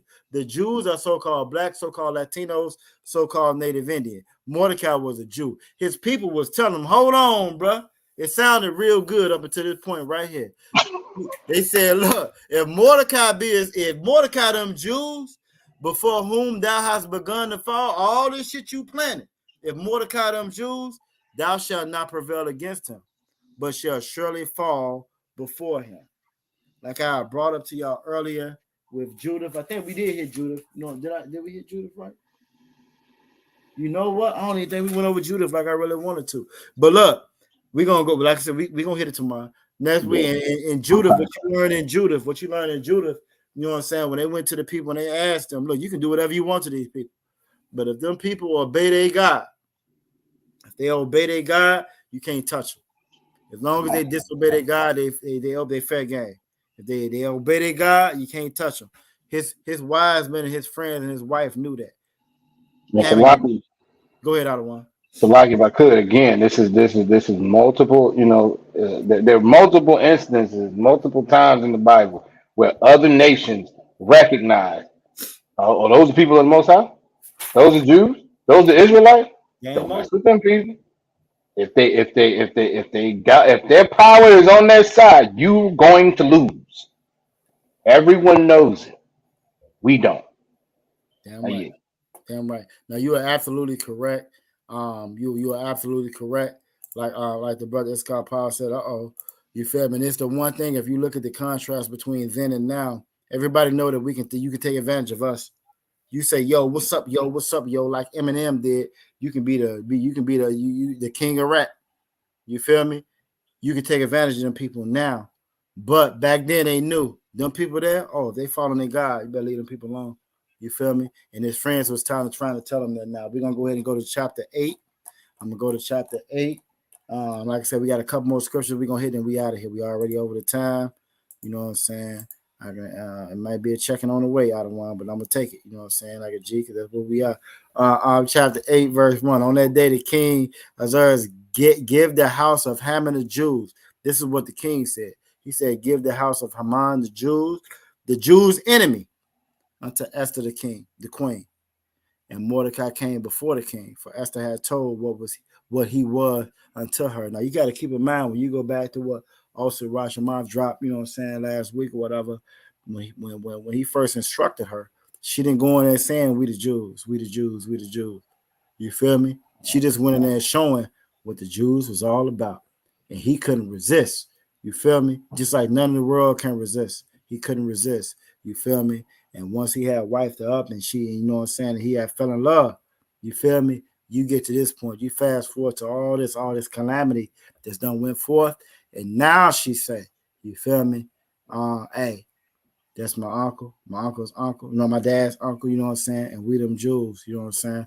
And that's when he had gave the whole house of Haman, the whole house, the enemy of us. He gave all of that he had to Esther. It's very important, y'all. I got to hit this second one because he gave it to her. He didn't give it to Israel. He didn't give it to the blacks, the Latinos, the Native Indians. He gave it to her. You feel me? He gave it to her because she listened to her uncle, her great uncle, because he listened to the Most High and the laws and statutes and commandments of the Most High. You feel me? Think about that. If all of blackdom was given to Megan Thee Stallion or Sexy Red, what the hell you think they would do with us? If they would, anything you want to do to them, you can get to them. What you think they'd do to you? You feel me? He gave it to Esther. And look like Sister Nazam and I said, nah, that's a bad aqua. Damn right. What's that crack? Look, Scott Powell said that's how beautiful our woman are. He like, I give you anything you want. And that's the power that you have. It ain't really too much you can't get from a brother. When you in the power of the Most High, using the femininity the Most High gave you, you know what I'm saying? You submissive. It ain't really too much a brother won't give to you. You know what I'm saying? I was broke. You know how hey, I had to, you know what I'm saying? Here I told my rib how obviously Rasha Mouth wasn't that happy with me when I came in with the sweater I had on, you know what I'm saying? Right. You feel me? But my rib, you feel me? I'd be damned if she ain't got one of the same jackets I got, a different color from me to say coat princess on the back. You feel me? There ain't too much we gonna do or we won't do. You feel me? There ain't too much we won't do for our sisters when they, you know what I'm saying, doing what the Most High told them to do. You feel me? So again, he gave it to Esther. I gotta hit this second verse before we go. And the king took off his ring, verse 2, and he's taking it from Haman and gave it unto Mordecai. And Esther set Mordecai over the house of Haman. So with everything the king gave it to her. Instantly, not 2-3 verses down. You know what I'm saying? Not 1.5 verses down. Within the same verse, as the king give it to her, she instantly gave it to her uncle. You feel me? No hesitation, none whatsoever. I'm gonna end it right there, Officer Mataza, because we over the time. Is No again, sign of courage. I gotta get to. You feel me? But we'll jump on those next week. This was a great class. The water for you jumping in here with me. You know what I'm saying? I always feel more empowered. You know what I'm saying? When I got my brothers rocking with Hey, me. brotherhood is a weapon, damn it. That brotherhood is a weapon. So Most High in Christ, unless you got anything else out of one, we're gonna get ready to wrap it up. I ain't got nothing. You got nothing? Want to make sure Class, we class. The all right. waterfall of participation. Yeah, damn right. We had great participation. And then like the brother Esther Power says, as long as they listen to the Most High, that is, and that's not even just the sisters, but all of us. You feel me? Right. We thwart, we give away, we diminish our power as men and as women when we don't obey the Most High power. You feel me? This oppressor is gonna teach you to be a weak man. This oppressor is gonna teach you to be a weak woman. You feel me? And all of the things that you think are strength, and it's going to destroy us at every turn. You feel me? But by following these laws, statutes, and commandments, you feel me? You come to who you are. It's 9:42. The water for everybody that's stuck around with us.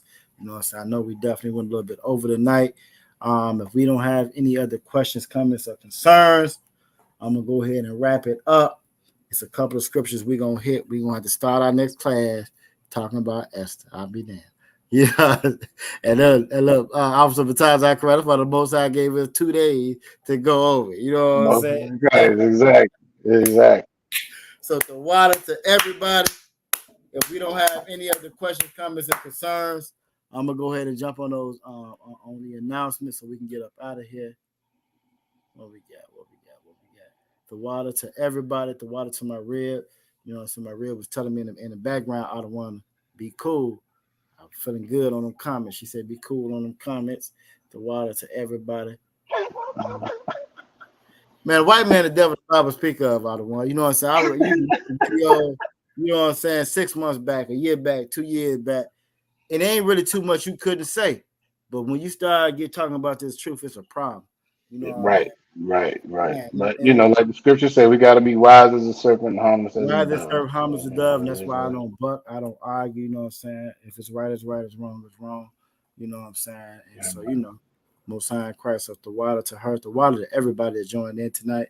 And we're gonna go ahead and pull these announcements up. The water again for everybody being up in here. This was the closing. This was the closing of the Feast of Purim. We went a little bit long tonight, but we had to get through, you know what I'm saying, the basics. Had to get through it. We love our sisters in here no matter what nobody else says. Our sisters are an integral part, you know what I'm saying, to this nation. We can't build this nation without no sisters. You feel me? And that's important.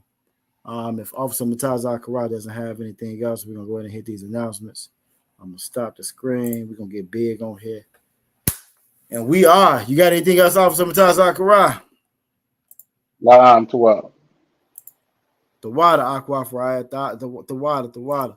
You know what I'm saying? She be getting on me about them old 5 plates she be making for me. Got me eating vegetables I ain't never ate before. You know what I'm saying? Eating vegetables I ain't never ate before. You know what I'm saying? Most High Christ. Motherhood sister. All right, look, we are the Israelite School of University of Practice now. Start out of 1 West, 125th Street out of Harlem, New York, under Commander General Yohana. We are not affiliated with any Christian organization. They all lying. We also not affiliated with any fake, capital FAKE, Israelite group. You know what I'm saying? If you are not in the Israelite School of Universal Practical Knowledge, you are not in the truth. Every Israelite group you know of started out of 1 West.